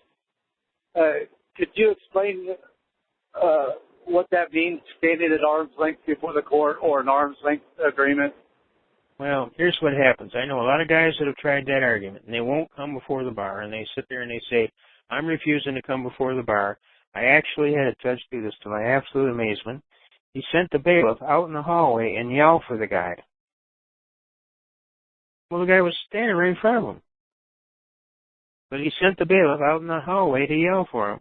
And then when the bailiff came back, and obviously these guys had worked the scam out in advance of the hearing, knowing that this guy was a pro se litigant and a serious legal guru fighter. And when the bailiff came back in, he says, we don't have anybody by that name out here, Your Honor. And he says, we don't have anybody by that name in here either, so I'm going to put a bench warrant for this guy for non-appearance. Okay. You see, these people stay awake nights going to classes and learning how to screw with our people, just like we learn how to screw with them, you see. So his attitude was, if you're not going to step before the bar, I'm going to declare that you never appeared in court today, and then I'm going to put a bench warrant out for your arrest for non-appearance. And it didn't matter that he was physically, we had witnesses that were standing right there watching him. He was there. He made an appearance, but he wouldn't go before the bar. So they said, well, then you're not here. So they swore a bench warrant out for him. He walked outside to his car and they arrested him.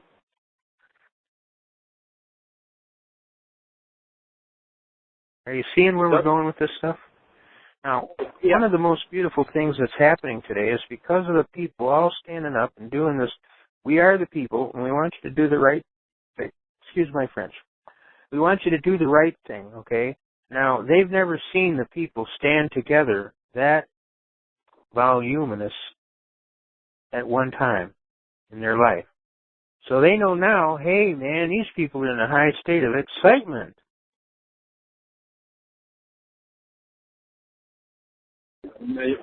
Yeah, I agree.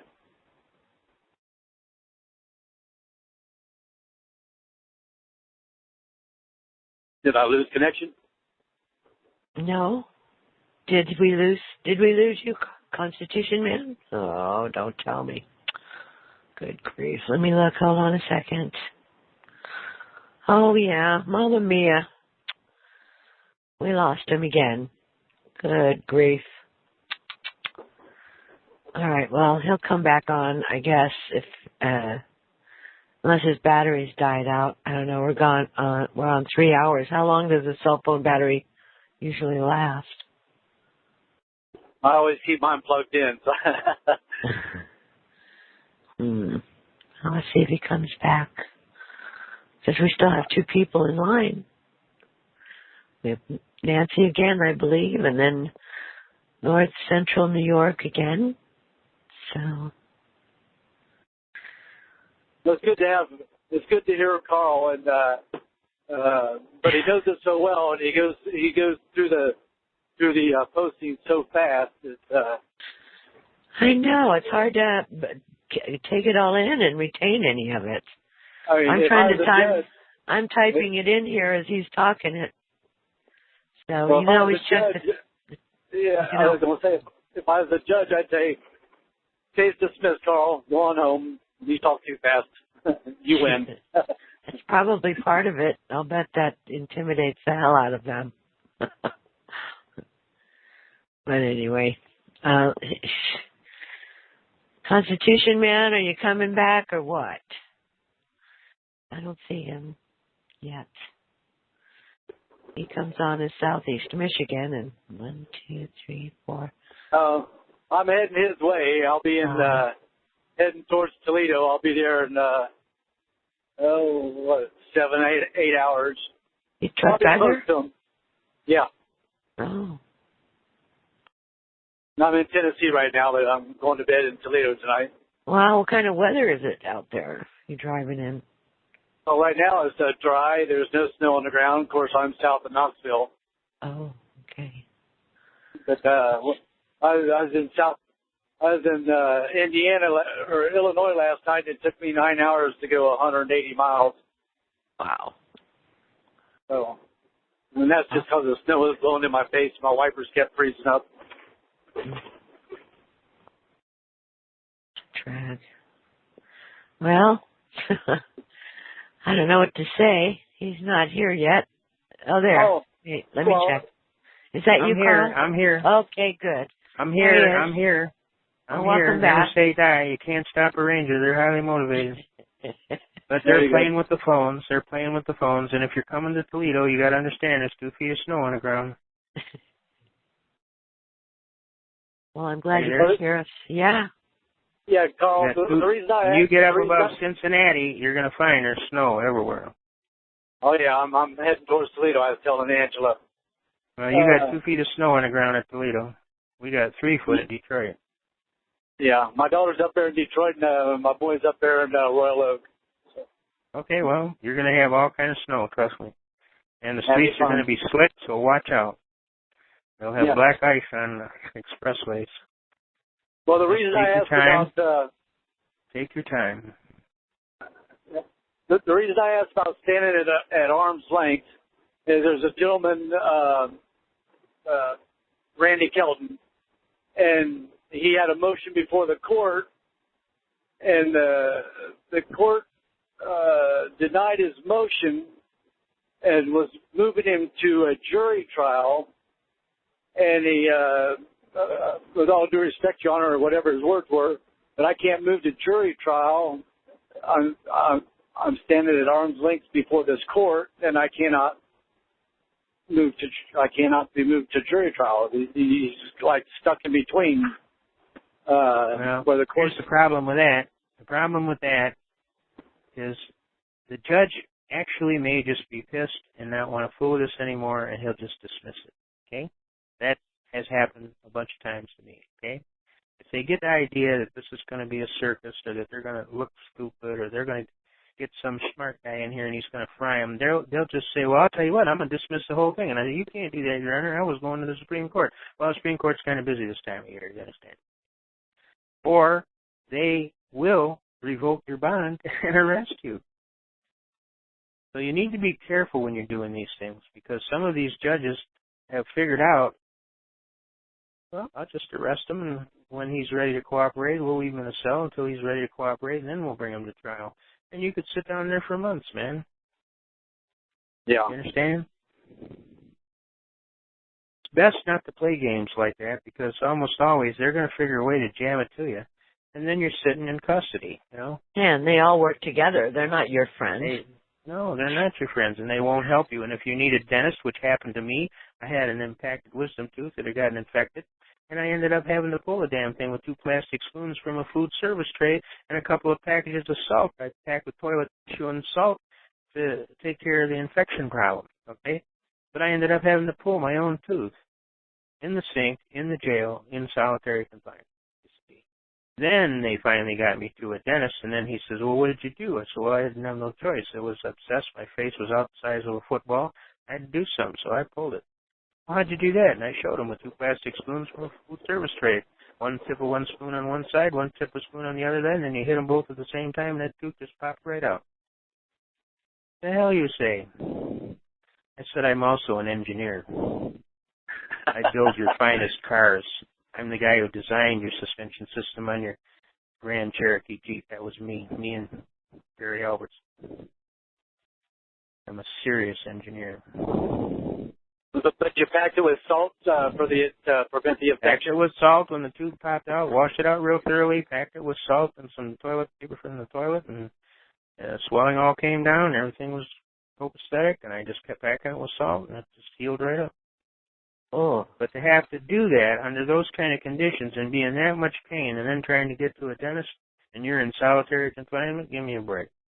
And see, the judge was pissed at me because I told him he was a real crook. And I told him he should have a Nazi flag on that flagpole out in front of this courthouse because you people are nothing but a bunch of Nazis. Oh, that did it. I'll hold you in contempt. I told him, you got me fair and square. I got nothing but contempt for a court that won't uphold the United States Constitution. That'll do it. 30 days in the cooler. Wow.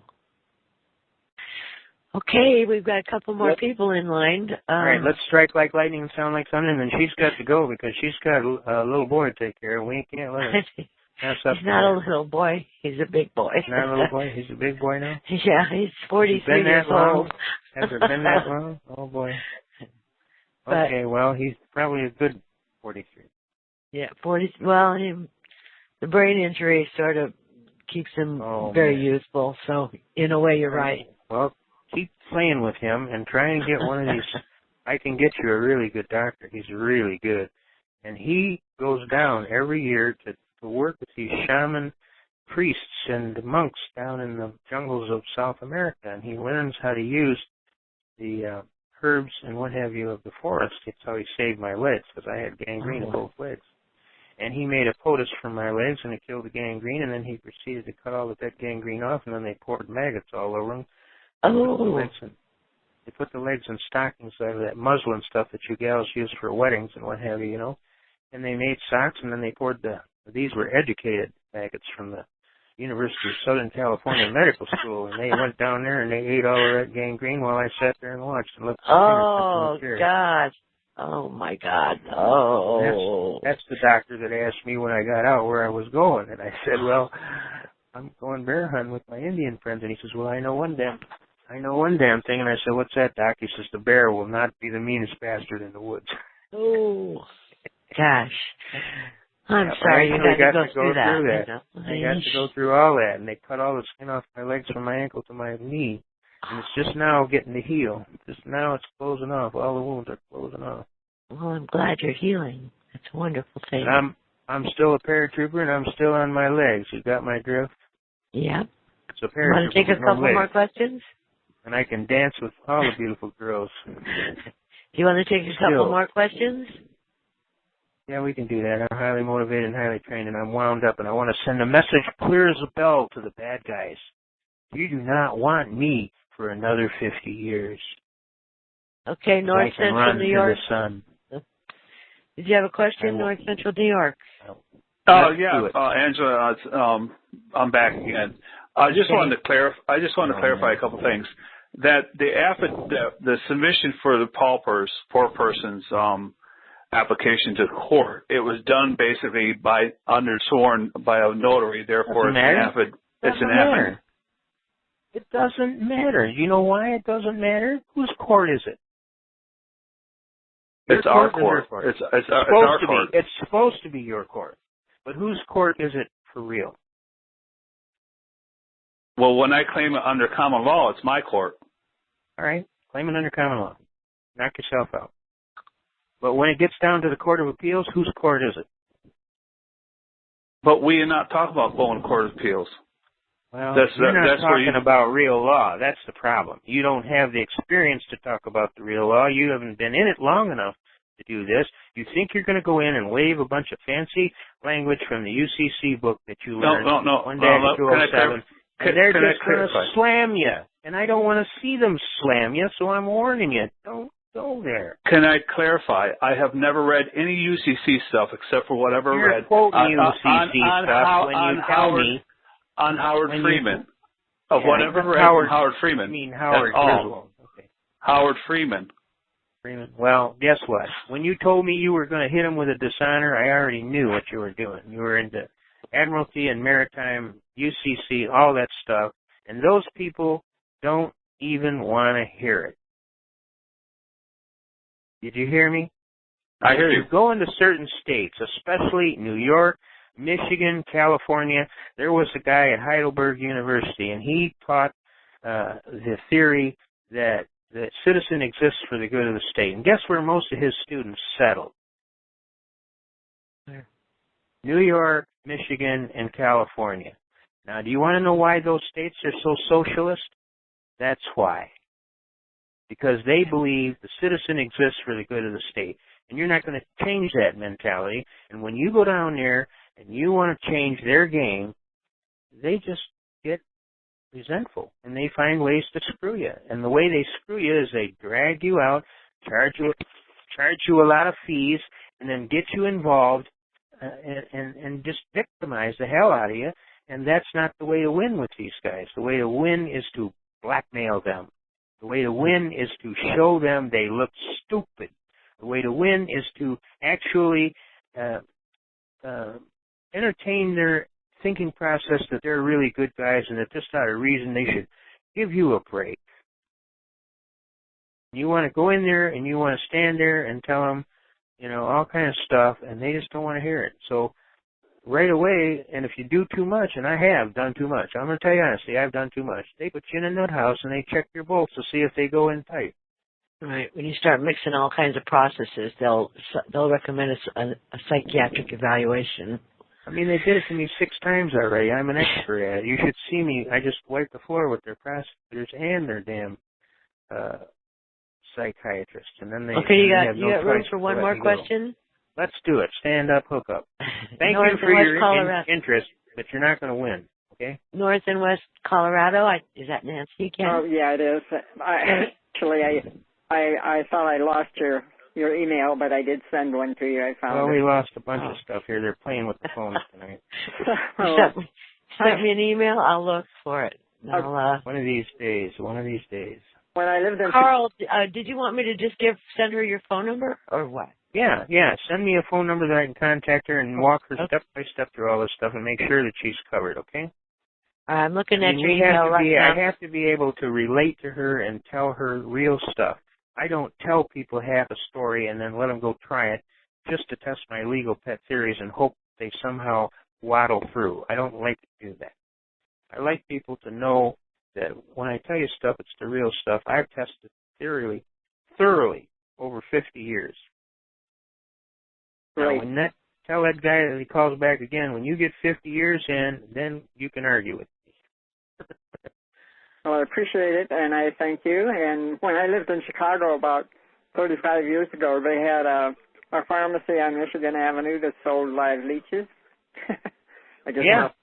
add that. It is actually a medical practice, and if you get a really good doctor who is into what is called holistic healing, he will do whatever it takes to save your life. And see, my only alternate choice was to walk down to the hospital, and if you even get gangrene in your big toe, they cut your leg off at the knee. You know what I'm saying? I'm not doing that. I'm a paratrooper. When I come back to heaven, I'm going to be a paratrooper. What good's a paratrooper with no legs? I mean, I got shot up bad a bunch of times, hauling wounded out of here and there.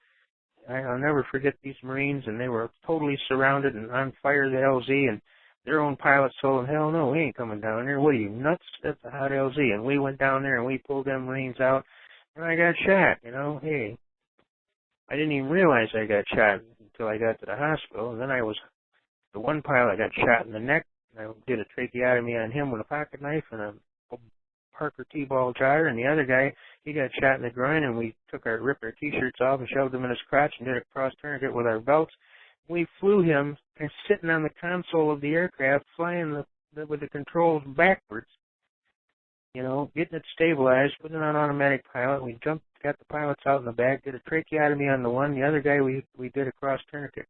And then I jumped back in the right chair and flew the thing to the hospital. I didn't even realize I was shot. And I land down here, and this nurse is bitching me out. I'm hauling these wounded in.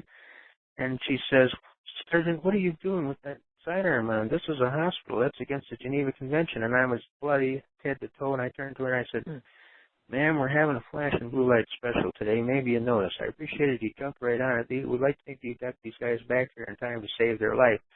And she said, you better come over here and lay down, Sonny. You've been shot. And I said, what? I was shot 4 times in the legs and once in the face. And then I passed out, and I woke up 3 days later, and this General McCaffrey was putting medals on my pillow, telling what a wild and crazy guy I was. Anyway. All right. We have one more. Go ahead. You've been unmuted. Yes. How you doing, Angela and Carl? Fine, thank you. Good. I'm doing good.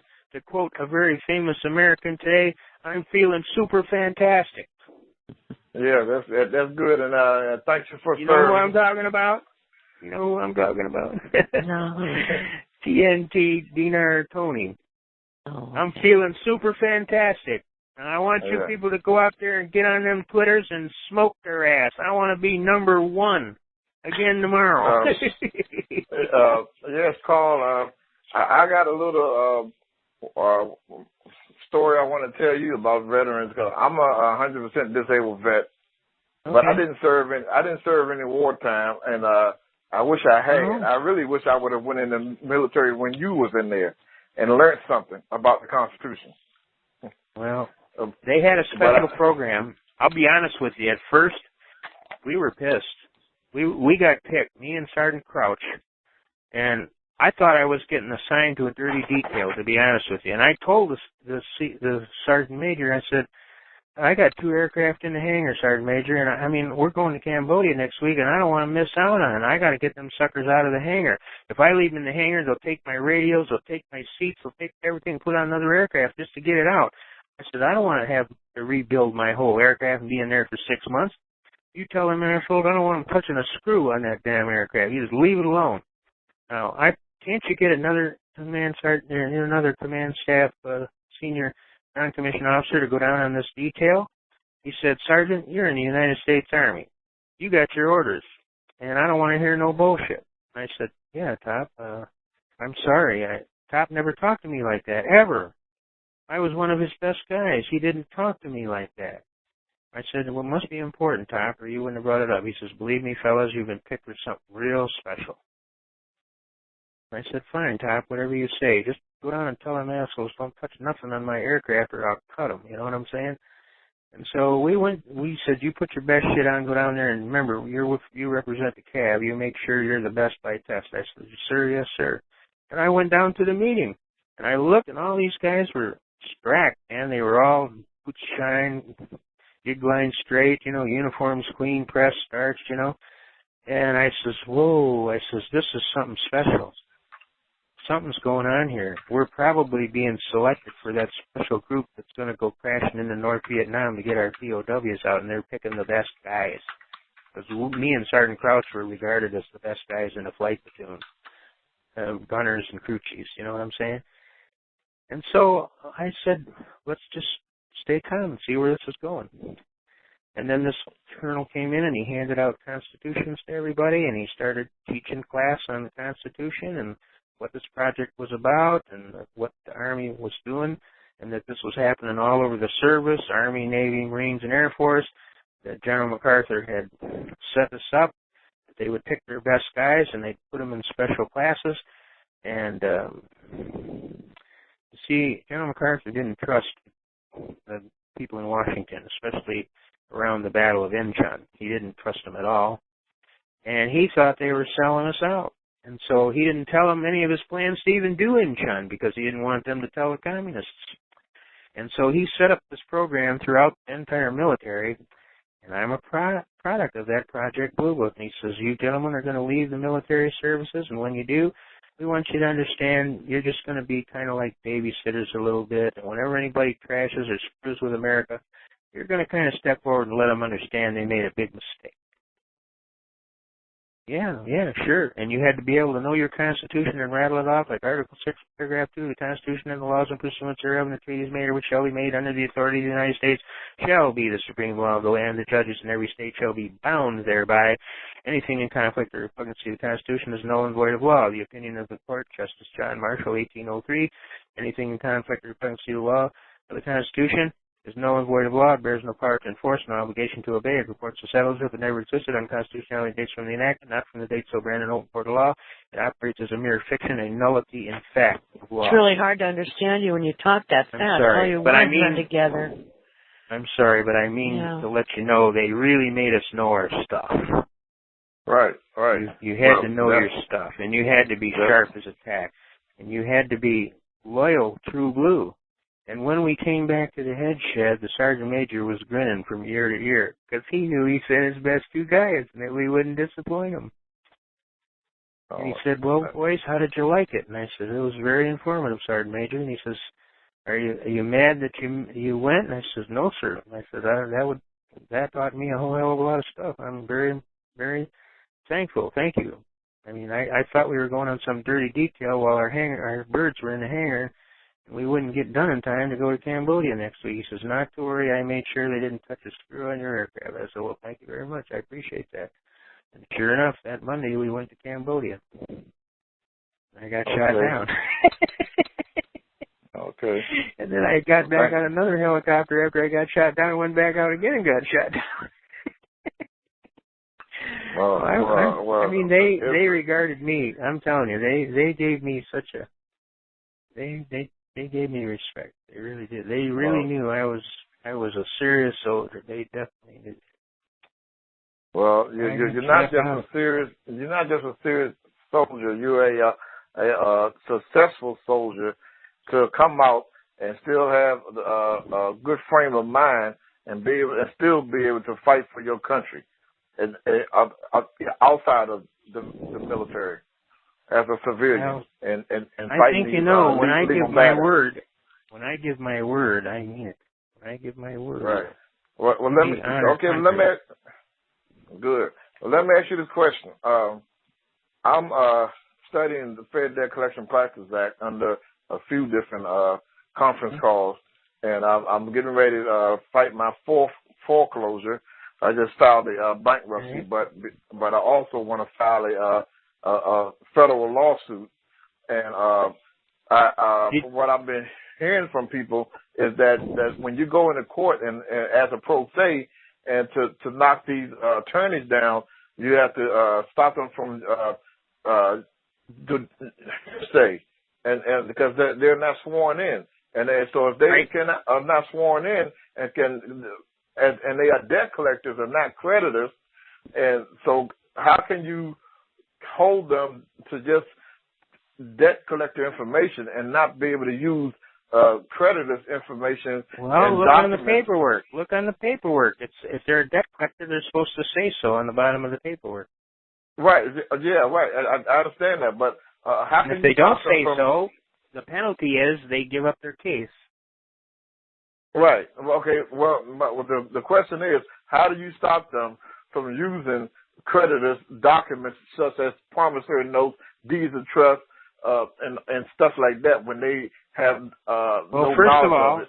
First of all, I file a fair credit reporting situation under Title 15 United States Code 1692, demanding that they verify the debt. And they got 30 days to do it, and I tell them that, and then I wait and see if they do verify the debt. And most of the time they don't. So then I default them, and that shuts them right down right away.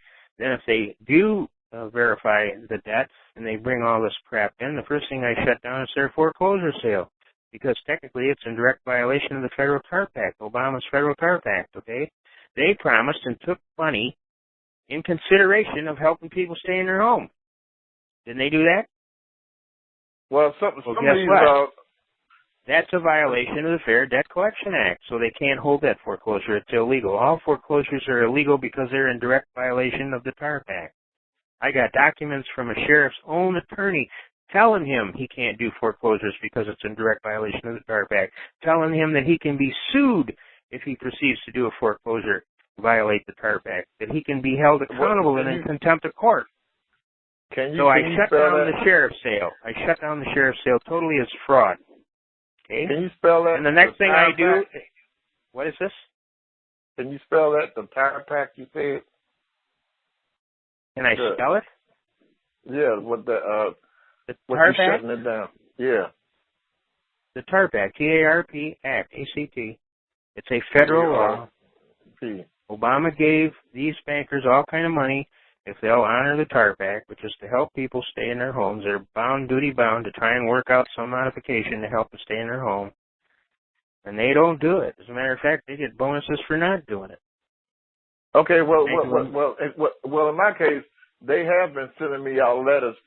They always send me out letters to try to get me to do a loan modification. But the fact is, I got marrieds and all that and fraudulent assignments, and I'm not going to do a modification with somebody who has no rights and no interest in my mortgage.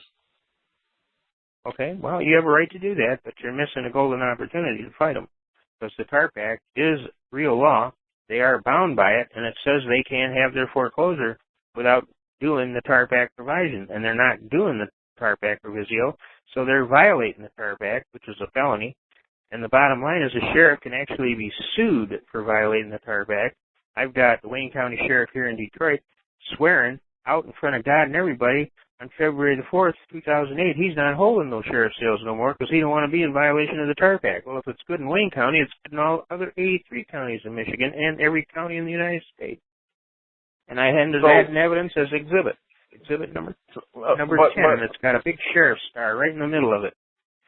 And when the cops and the judge look at that, they go, oh, shit, you guys can't do this foreclosure. This foreclosure was illegal. No shit. Okay, and you had the TARP Act. That's on Angela's website, too? Yep. Okay, now, do I leave her a number. Leave her a number that I can get to you, and I'll make sure you get all kind of documents where they have gotten beat so bad in court they don't even want to talk about it, that they sent their worst trot lawyer down, Donald King, and he went out in the hall, and the judge told him, if I were you, I'd let reasonable minds prevail, and I'd make a settlement, Mr. King. And they did. They went out and the two cases that I got, and they settled. They settled out of court, and they give the guy his house. They give it free and clear title. They agreed to clear his good name on his credit. They paid him a nice chunk of change. And all that was through the TARP Act? By arguing that issue, yeah. And that the sheriff's sale was illegal from its inception because they violated the law on the sheriff's sale, 600.3204. And they didn't have no right to that.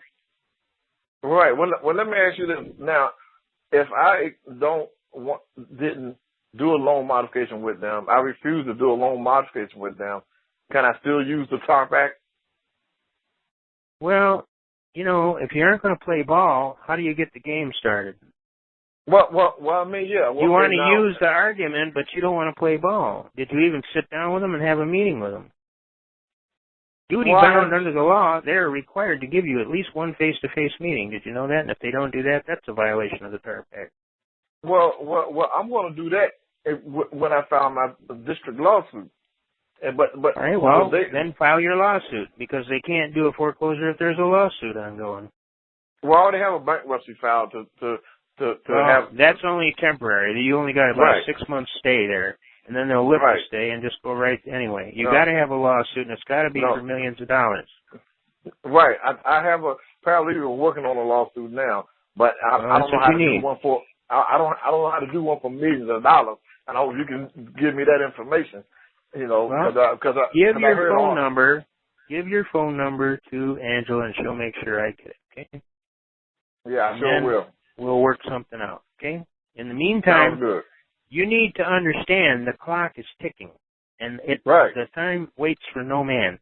You need to get on this. You can't just sit on this forever and hope that somehow, eventually, they'll get to you. And then you wait till the last minute, and then you throw shit in the court at the last minute, and then the judge says, well, if you were serious, you would have filed a lawsuit a long time ago. You're not serious. I'm just going to give it to them. Well, Carl, the reason why I haven't filed a couple of lawsuits, I done stopped the foreclosure 3 times, and this is the 4th time. But I haven't found someone good that knows how to use this Fair Debt Collection Practices Act, because attorneys, I don't trust attorneys. All right, well, start at, well, you got to understand that there's a system called the demonstration court. And if you don't have an attorney at all, they look upon you as an upstart coming into their court trying to play attorney. And they have made a ruling, especially in Michigan, called the demonstration court. And what they do is they're going to send a message to you one way or another. If you don't have an attorney, we're not even going to give you a listen. I've had some of my clients told, don't even come back if you don't have an attorney. Well, I'm still looking for one. I've been looking for one for about 4 years now. Look hard. Look harder. You got to do something here. We can't fool around. You got to have an attorney. And I will feed you such good stuff you can't believe, and then when the attorney hands that to the court, it'll be an attorney handing it to them at the court, and then they'll have to consider it. They're really supposed to consider it if you hand it to them, but you know what? They're not. Right. Now, I'm trying to tell you the truth. Okay. I know it's not right. I know it's not right, but you know what? That's the truth. Yeah. Yeah, now, I was on, Dave called the other day, and he mentioned something about one of his archive calls, and he mentioned something about the NACA website or something to find attorneys for the consumers. Yep. Is that the right name? NACA? Yep. Okay. Well, I'll definitely get on that. That's one of them. Another one is the bar. Usually the local bar will have a listing of good attorneys that specialize in certain fields and handle certain cases. You really want an attorney who's into real estate and or law that deals with mortgages and banking. Right. Definitely. I'm trying to find one, so I'll look under the neck. Try and start out with the bar association locally and see if they can at least find one that'll sit down with you and give you a half hour of his time and see if you and him can be compatible enough to actually hire him. Right. Okay. And then give your number to Angela, and she'll get it to me, and I'll figure ways to get you good data to shove in there, okay? But I'm telling you as a friend, you need to get on this now and not wait.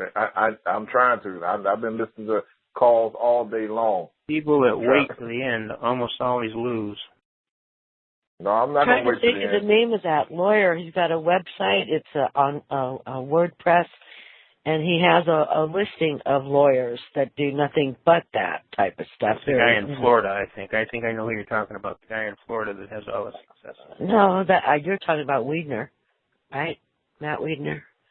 Or no, this guy is oh God, what's his name? I think he's here in California. Actually, he gives seminars to lawyers on how to fight foreclosures. Oh God, what's the name? Shit. Well, go ahead and talk for a minute. I'll find it. Hold on. All right. Yeah. Now, this is the last one, so we're going to let her go home and go to bed, right? Yeah. Okay. Yeah. She can have my Ranger tab anytime she wants, but she don't have to do it. See, so she needs to go home and go to bed. We can stay up all night. We can stay up all night listening to that alligator music and talking trash, and then anybody who falls asleep right in their thesis of why they wanted to be a Ranger, and then they beat a stick on the damn table, and you jump up so fast and say, "Go sign out. You just DOR'd, buddy. You're out of here. You can't fall asleep." So, Neil Garfield. His name is Neil Garfield, excellent attorney. That guy is really good. And you can get he has a website too, and you can get his manual on foreclosure. His foreclosure is one of the best ever written. I have all of his stuff. He's really good. His website is go called on his website. Just Google up Neil Garfield. His website is called Living Lies. Yeah. He's the guy that really pioneered the robo-signing programs. LivingLies.com? No, livinglies.wordpress.com. Oh, okay. You can also get him by just putting in Neil Garfield, too. Yeah. If you just Google his name, you can get it. And he's got all kinds of stuff on there. All kind of manuals. Well, he's got lists of lawyers also for your local, whatever your area is. You put in your zip code, and a whole listing of lawyers will come up. If you want. I've read all of his stuff. He's really good. Yeah. Good. So, Carl, what do you think about the Public Law 10, Chapter 48, Stat 112? That's parallel with the 192 Resolution, House Joint Resolution Act. As far as I'm concerned, it's bona fide. It's the real deal.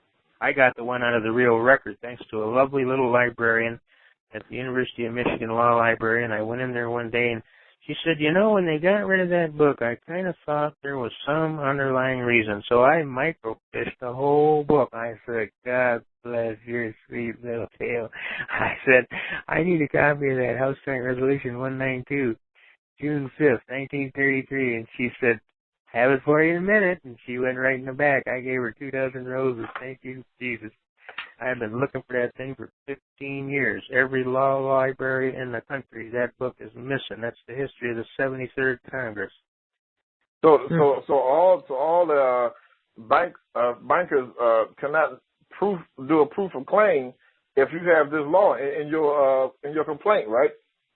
That's right, because guess what? They don't exist in law. They are civilly dead. Why? Because they're bankrupt. Another good thing to get is the history of a sheriff who later became a congressman, and his name was Traficant. Go on Google and Google up Traficant. And he put a whole report into the Congress that the United States is a bankrupt corporation. And that's on your wall, for sure, I know. Yeah, I have it on there. It's called the Traficant Reports or something. They put that guy in a mental. First they put him in jail for tax evasion. Then they put him in a mental hospital in Wisconsin. And then for a while I told him how we were using his argument and his position and his statement before the Congress, and he laughed. And he said this was the best gift I could have ever given, and he gave me a hand-painted they gave him some crayons and paints, and he was making these fabulous paintings and selling them. I guess he was getting $50,000 and $100,000 for some of these paintings, and then the prison found out he was making money for his family by doing those. So they pulled all his crayons and paints away. So we sent him some more, but, they're just bastards. They don't want nobody doing nothing positive. I just put the link to it on the chat. That's Traficant. One thing good about my website, myprivateaudio.com, is there's a search box at the top. So I just typed in Traficant, and it came up in 2 places. I knew I had given you that. Did you Google in the Tom license? Tom's license? No, I didn't do that one. I know I sent all that good stuff. I will. Yeah, it's right there. It's not. I still have a lot of stuff that I haven't posted. Well, I don't have. My position is I'm confronted with this medical. I got to deal with it because it's real. Sure. And for a while there, I had to just sit back and cool my jets, and my family is very upset about me coming back on the radio, I can tell you that. So what should I put in? License? Tom's constitutional license.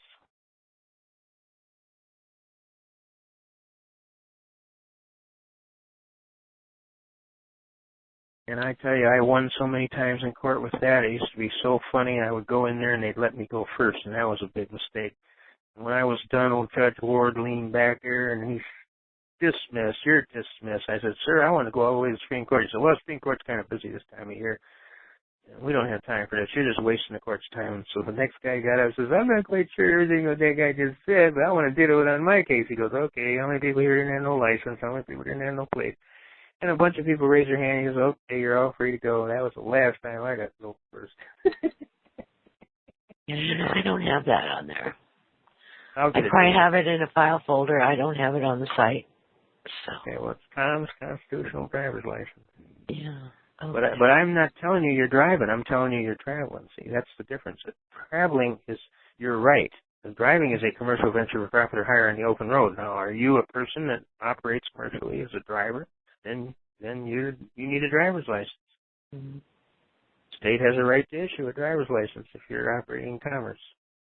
But if you're just traveling in your own conveyance on the public roadway, they don't have no right to license that. Okay, Carl, I have a commercial driver's license because I was a tractor trailer driver. So well, then you need to have a license. I'm not one now, but I still have my license. Well, when you were there, when you were doing it, you were commercial, you needed a license. But when you're not commercial, you don't need it. Right, so, but I still want to hold on to it. But if I don't have it on my person, when I'm driving my personal private vehicle, can the police look up my information and see that I have a commercial driver's license? Sure. Yeah, but they can't charge me. You're asking me to guess what a policeman will do. Do you realize how insane that is? There's no two policemen that think alike. Now, me, they probably wouldn't do nothing. I couldn't get a ticket to save my life. The last cop was huge, 6'4", and I said, you're probably going to find this hard to believe. And he goes, what? And he says, see, I wasn't driving, I was traveling. There's a difference. And I gave him all the case law and 27-minute seminar on driving and traveling and all this. And he goes, you wait right here. I'll be right back. Meanwhile, a crowd had gathered at this little gas station. I'll never forget these two old ladies. One little Selma, she said, get out the car now, Selma. This one's going to be real good. This guy don't have no plates and no driver's license. So a crowd of about 30 or 40 people gathered around this gas station where I had pulled over, And this cop calls on his radio. I could hear him still talking. He calls out my name. The guy goes, the Carl Miller? And the guy goes, well, it's one of them, probably. He says, for God's sake, don't give that guy no ticket. And everybody busted out laughing, And then all the cops started chiming in on the radio and chuckling and telling little jokes and chucking and jiving. And the sergeant's like, get off my radio. This is important, And he says, I don't care what that guy got. You just tell him to have a nice day and think about slowing down and get the hell out of there as fast as you can before you get your mouth in trouble.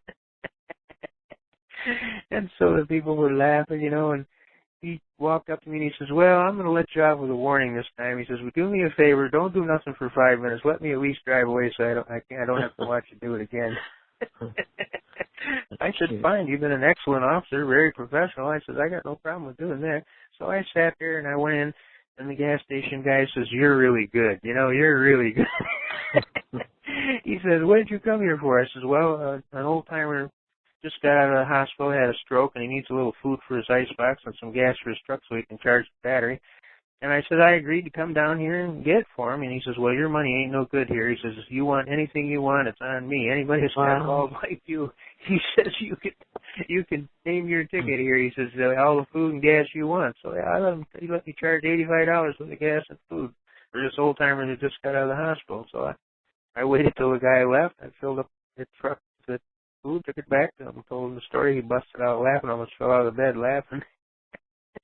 He says, Carl, you're a trip. You know that? And I says, well, I'm not trying to be. He says, and the one guy in the gas station, he says to me, he says, you're lucky, because that guy would give his own mama a ticket, He knew the guy real good.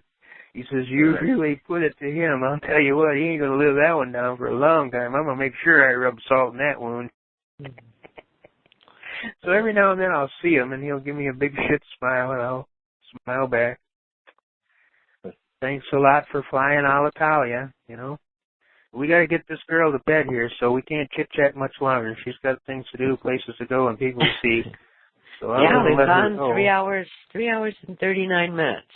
Believe me, girl, I could do that twice over at least. But I'd probably get yelled at by my doctor. He probably would cuss me every which way but loose. You know, I only got so many miracles in my bag, and you've already exhausted all yours.